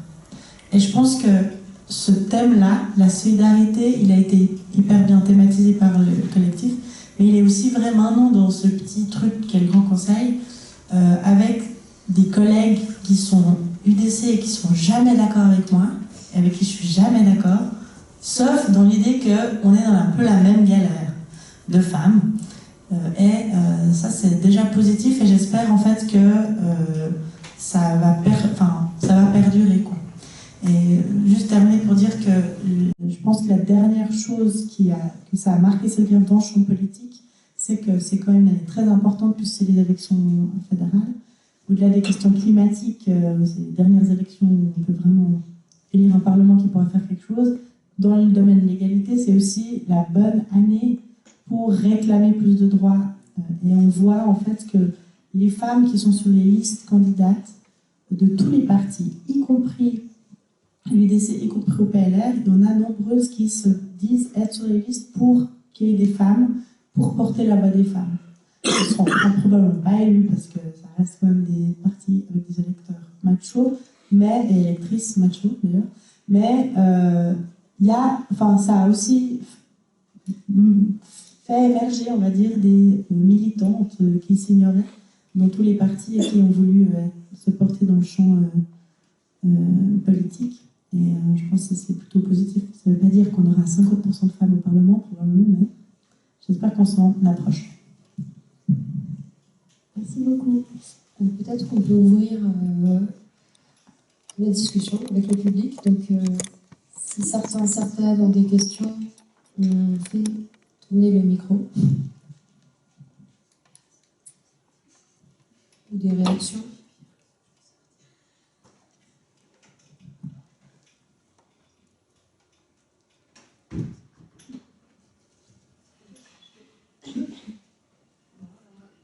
Peut-être que vous voudriez réagir à quelque chose qui a été dit. Vous avez pas mal parlé. J'interroge les incidences de la grève. Alors c'est seulement quelques mois qui sont passés depuis, mais est-ce que vous avez quand même ressenti des changements? J'ai entendu au niveau politique qu'il y a un peu des alliances qui se font, si j'ose employer ce mot d'alliance. Sinon j'ai plutôt entendu du statu quo, à savoir qu'on reste dans une inertie qui était là préalablement. Est-ce qu'il y a quand même du changement qui est perçu? Est-ce que je peux juste très courtement répondre. En fait, je pense que ce que je vis au Grand Conseil, c'est microscopique. Dans le champ politique, on reste dans l'inertie, voire pire. Ce qui ne répond pas du tout positivement à votre question, mais on a obtenu un congé paternité de 2 semaines. Oui, c'est grâce à la grève probablement, mais c'est ridicule par rapport à ce que demande le manifeste. Donc je pense aussi dans le champ politique, on est dans une inertie totale.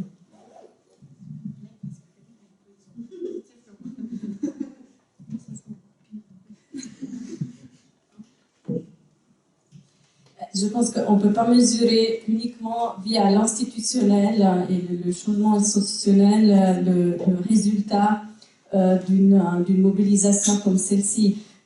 D'autant plus que l'institutionnel et les lois, il faut les mettre en application. On a par exemple une assez bonne loi sur l'égalité qui interdit notamment le harcèlement sexuel sur le lieu de travail. Elle est en vigueur depuis 1996. Elle n'est pas vraiment l'être vivante sur les lieux de travail, si j'ose dire. Donc, il y a encore du harcèlement sexuel sur les lieux de travail. Et notre grève a certainement contribué davantage à faire en sorte qu'on s'interroge du moins sur cette question-là dans de nombreux endroits. C'est-à-dire qu'on a réussi, avec toute la mobilisation avant et puis avec la grève, à mettre sur le devant de la scène des questions qui sont maintenant discutées et qui sont maintenant considérées comme étant importantes. Donc après, la concrétisation, c'est difficile parce que notre féminisme implique un changement profond au niveau de la société, si ce n'est pas une révolution féministe, mais dans tous les cas, de gros changements, même de mesures comme la réorganisation des horaires de travail via l'introduction de véritables congés, pas le congé paternité de 2 semaines, mais des congés parentaux, des congés familiaux durant l'enfant au bout de 4 mois, il continue d'avoir besoin de ses parents.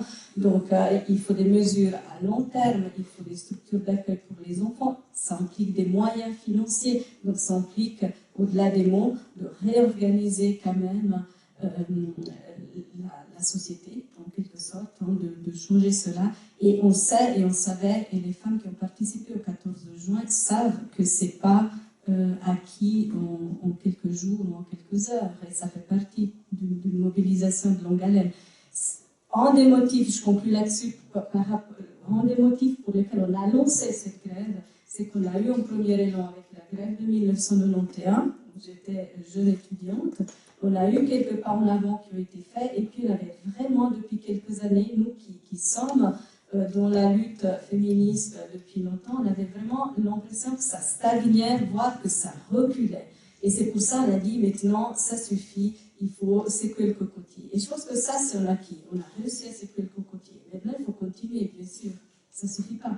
Et puis, Léonore l'a dit, je pense qu'il y a pas mal de changements au niveau des femmes, du ressenti des femmes, beaucoup de problématiques qui étaient vécues comme individuelles, ne serait-ce que le fait qu'on nous dit oui, il faut apprendre à mieux gérer le ton, à mieux concilier, il y a même des cours, à mieux concilier le professionnel et travail et famille, et travail et famille, mais on se rend compte que non, on n'est pas une tarte, c'est pas qu'on n'y arrive pas, c'est qu'on ne peut pas.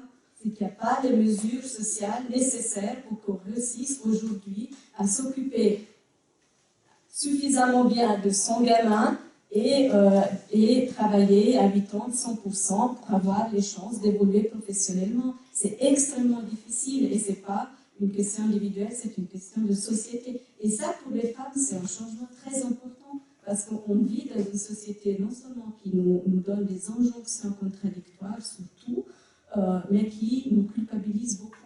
Et on pourrait parler des questions liées au corps, des questions liées à la sexualité, de plein d'autres questions.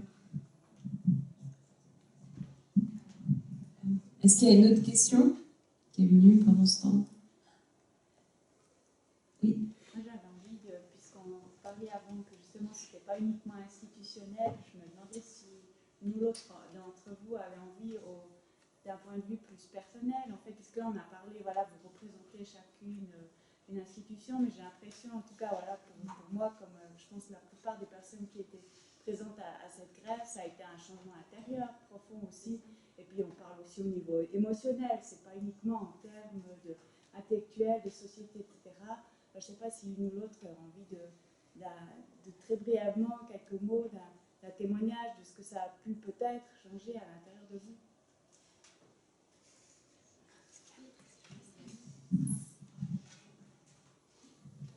Alors, merci d'avoir posé la question.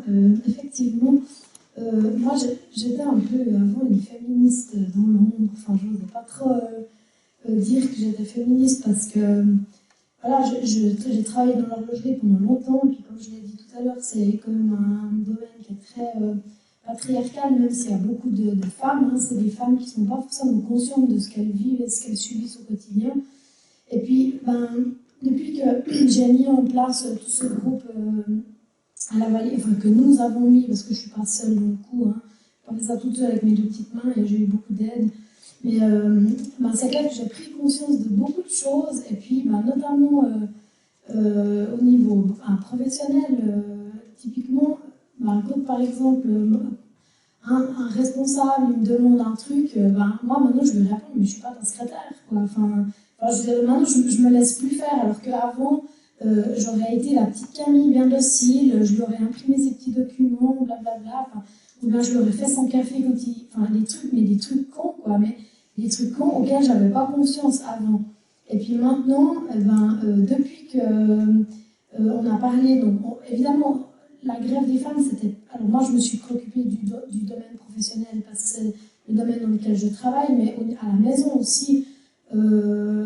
Typiquement mon copain il souffre un petit peu depuis quelques temps, mais non, mais c'est vrai, à un moment donné on travaille les deux, voilà. Et puis c'est vrai que même lui il a pris conscience de certains trucs, il reste encore macho, mais il a fait des efforts, il a réfléchi quand même. Ça je trouve que c'est déjà bien, parce que tous les mecs le font pas, parce que tous les mecs ils nous traitent de hystériques, on est les grévistes hystériques. Moi combien de fois on m'a dit que j'étais devenue une femme hystérique, puis je ne suis pas devenue, je pense que j'étais déjà comme ça, sauf que je n'osais pas l'exprimer.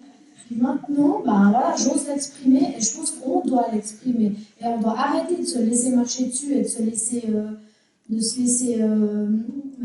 bouffer par cette société patriarcale qui est complètement hyper présente. Je crois que toutes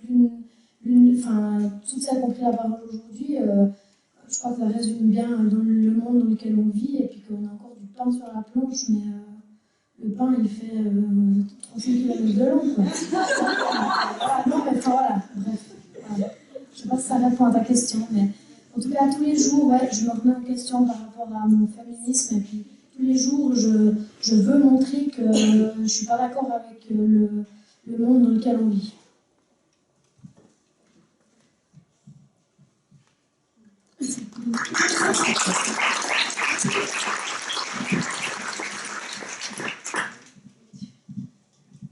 Moi, ce que j'avais envie de dire par rapport à ce que ça a pu m'apporter, c'est qu'avec cette grève, j'ai vraiment découvert la sororité, et puis je vivais des choses là où j'ai grandi, là où j'évoluais, et puis je me sentais assez seule finalement. Et puis là, en voyant affluer toutes ces femmes qui étaient en demande, qui vivaient les mêmes choses, on a vraiment pu vivre cette expérience collectivement, et puis on a appris l'une et l'autre, on a accumulé une expérience folle pour organiser rien que cette grève. On s'est senti valorisé en faisant quelque chose de concret, on s'est serré les coudes quand on a rencontré des difficultés, et puis le 14 juin on était toutes là, et même des femmes qui 2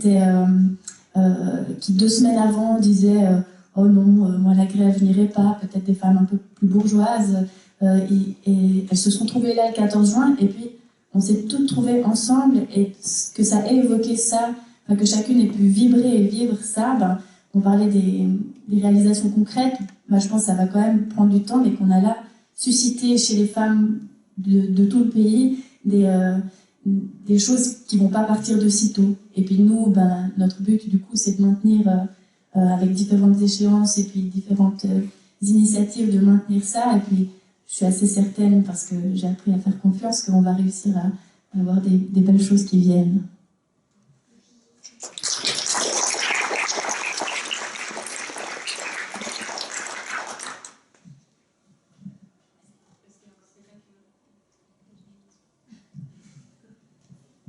je suis très contente d'entendre parler de la sororité parce que c'est la première chose à laquelle j'ai pensé quand j'ai entendu la question. Donc, je ne vais pas forcément revenir directement là-dessus, mais je pense que, alors, il y a eu des expériences différentes entre être militante au collectif UNIL que le Vaudois.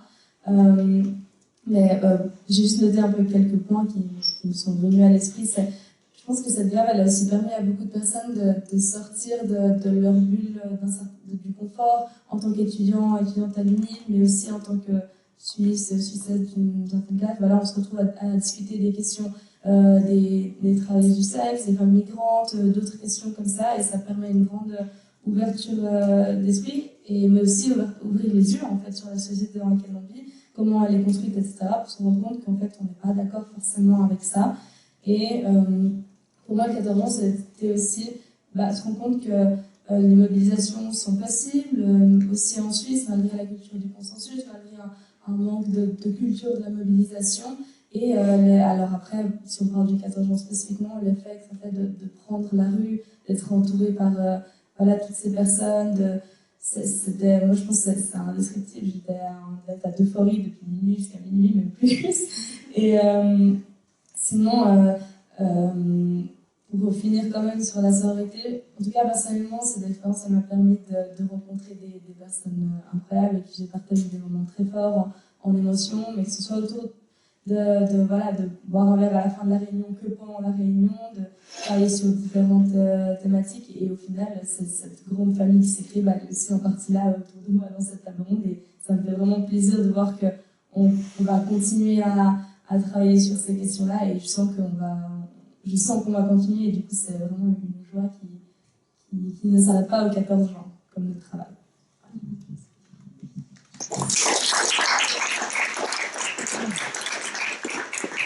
Je vais être courte. Moi, je trouve que, bien sûr, le développement personnel, individuel, c'était important, mais pour moi, en tout cas, c'est en fait de rassembler toutes ces revendications et puis de se mettre ensemble. Au final, pour moi, c'est la collectivité. Et puis là, tu parlais de solidarité.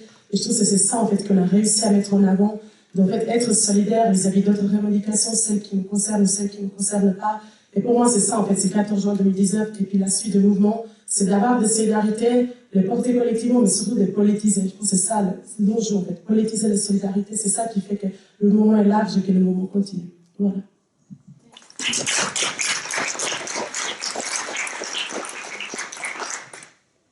Est-ce qu'il y a encore des questions dans la salle?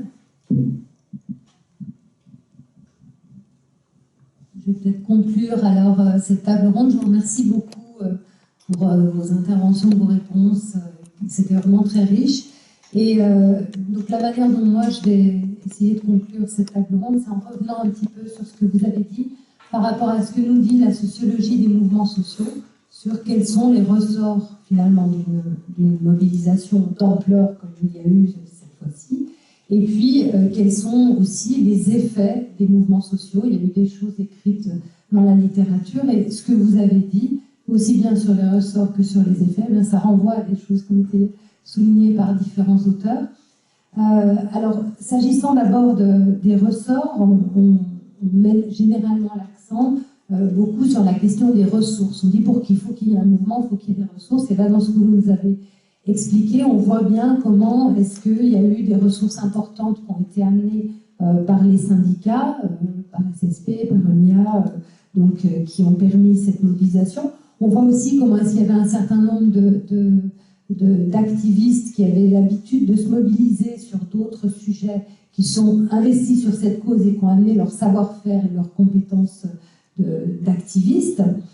Au niveau du contexte aussi, il y a aussi des choses qui ont été dites sur le fait qu'on était dans un moment assez favorable. Alors, MeToo a pas été, le mouvement MeToo n'a pas été évoqué, mais il y avait ce mouvement MeToo qui avait eu lieu peu de temps avant. Il y a aussi Prévoyance Vieillesse 2020 qui a été évoqué, et effectivement, avec Prévoyance Vieillesse 2020, il y a eu des changements d'alliance, des changements des systèmes d'alliance. Il y a eu des réseaux qui se sont mis en place au sein des syndicats ou au sein des partis de gauche, de gens qui étaient opposés à PP 2020. Donc ça a aussi changé les choses de ce point de vue. Le contexte était assez favorable. S'agissant du cadrage, des choses ont été dites sur le fait que finalement, on met l'accent dans la littérature sur le fait qu'il peut y avoir extension des cadres, des cadrages, c'est-à-dire au niveau des revendications qui lient différentes luttes. Et là, on voit comment est-ce que ça a été important de lier les revendications féministes avec d'autres luttes, l'anticapitalisme, l'écologie, le féminisme, et comment est-ce que ce que la littérature sur les mouvements sociaux appelle l'extension des cadres, ça s'est fait justement comme étant un facteur favorable de mobilisation, ça s'est fait là sur cette mobilisation. S'agissant des réseaux, on voit comment cette mobilisation, elle a profité de réseaux multiples et aussi de la force de ce que Marc Granovetter appelle la force des liens faibles. Effectivement, les femmes sont en contact aussi comme mères avec d'autres mamans, comme quand elles vont faire leurs courses, elles discutent avec des vendeuses, etc. Il y a toute une série de liens qui ne sont pas des liens forcément forts, mais qui mettent en contact des domaines distincts, des réseaux distincts. Et là, je pense que c'est quelque chose qui a joué. On voit que dans les collectifs, il y a des femmes qui étaient vraiment de réseaux très très différents, qui sont arrivées dans les collectifs parce qu'elles avaient été amenées par ces liens faibles, qui avait été contactée par sa voisine, qui avait été contactée par une mère de parents d'élèves à l'école, etc. Je pense aussi dans ce que vous avez dit, dans ce qui a fait la force de ce mouvement, ce qui a fait qu'il a marché aussi fort, il y avait quand même l'anticipation aussi que le mouvement serait largement soutenu. C'est-à-dire qu'arrivé le 14 juin, tout le monde avait l'impression que ça allait marcher, qu'il allait y avoir beaucoup de gens dans la rue. Et du coup, il y a eu un effet d'entraînement qui a été très fort de ce point de vue. Et les auteurs de la sociologie et des mouvements sociaux insistent sur cet effet d'anticipation que le mouvement sera largement soutenu pour qu'une mobilisation prenne. Donc voilà pour les ressorts, différents éléments qui ont été soulignés. Et puis au niveau des effets, généralement les auteurs mettent l'accent sur 3 types d'effets: les effets politiques, les effets culturels et les effets en termes de conséquences biographiques de l'engagement et individuel. Et donc au niveau des effets politiques, on voit qu'il y a eu quand même, dans ce que vous avez dit, l'acceptation des mouvements comme interlocuteurs légitimes, que ce soit au CHUV, que ce soit au Grand Conseil, que ce soit à l'UNIL, les collectifs, que ce soit dans les syndicats, les collectifs femmes ont réussi à être reconnus comme des interlocuteurs légitimes. Donc ça, on peut dire que c'est un effet du mouvement qui a été important. Pour ce qui est des changements dans les politiques publiques, alors on le voit, c'est plus compliqué, ça avance plus difficilement. Il y a des choses qui sont difficiles à mettre en place, mais on peut se dire que dans les effets politiques, il y a aussi la capacité à modifier le contexte. Et de ce point de vue, le mouvement, la grève des femmes, a aussi amené, vous l'avez dit, des femmes candidates aussi qui revendiquent leur volonté de faire changer les choses, des femmes candidates au Conseil national. Donc c'est peut-être qu'il va y avoir aussi un changement de contexte politique et un effet indirect d'une certaine manière de la grève des femmes, pas directement ce qui est obtenu immédiatement, mais changer le contexte. Pour ce qui est des effets culturels, ça a été dit sur les effets, sur ce qui a été vécu individuellement par les femmes. Effectivement, dans la vie de tous les jours, dans les couples, dans la division des tâches, la grève des femmes peut avoir eu comme effet le fait qu'il y a une remise en cause dans la sphère privée de la manière dont ça fonctionne, et peut-être qu'il va y avoir des effets culturels de ce point de vue importants. Et pour ce qui est des conséquences biographiques de l'engagement, toutes vous avez souligné qu'il y a eu un effet de politisation extrêmement important des femmes. On sait que les mouvements sociaux ont cet effet indirect à long terme, que les personnes qui y participent en sont durablement marquées et vont ensuite changer leur manière d'aborder leur engagement, la politique, etc. Et là, très clairement, vous avez toutes souligné les effets de politisation, comment ça avait fait émerger des militantes, comment il y avait des femmes qui étaient venues dans le collectif et qui comptaient bien continuer. Je voulais aussi insister sur un dernier aspect, la force de la structuration, parce qu'en sociologie des mouvements sociaux, on met toujours l'accent sur le fait qu'il faudrait des ressources avant de se mobiliser, et que les ressources sont nécessaires, c'est vrai, mais on ne met pas assez l'accent sur le fait que les mouvements en tant que tels créent des ressources. Et là, les mouvements ont créé toute une structuration, vous l'avez dit, il y a un réseau féministe qui s'est mis en place au niveau national, comme ça n'avait jamais été le cas auparavant. Et donc, les mouvements créent aussi des structures durables, et ça, c'est aussi un point sur lequel je voudrais insister par rapport à ce que vous avez dit. Voilà, donc je vais m'arrêter là sur la conclusion. Et puis, je voulais vous remercier d'avoir assisté à cette table ronde, vous remercier d'y avoir participé. Et donc, je vais clore la séance ici. Merci à vous.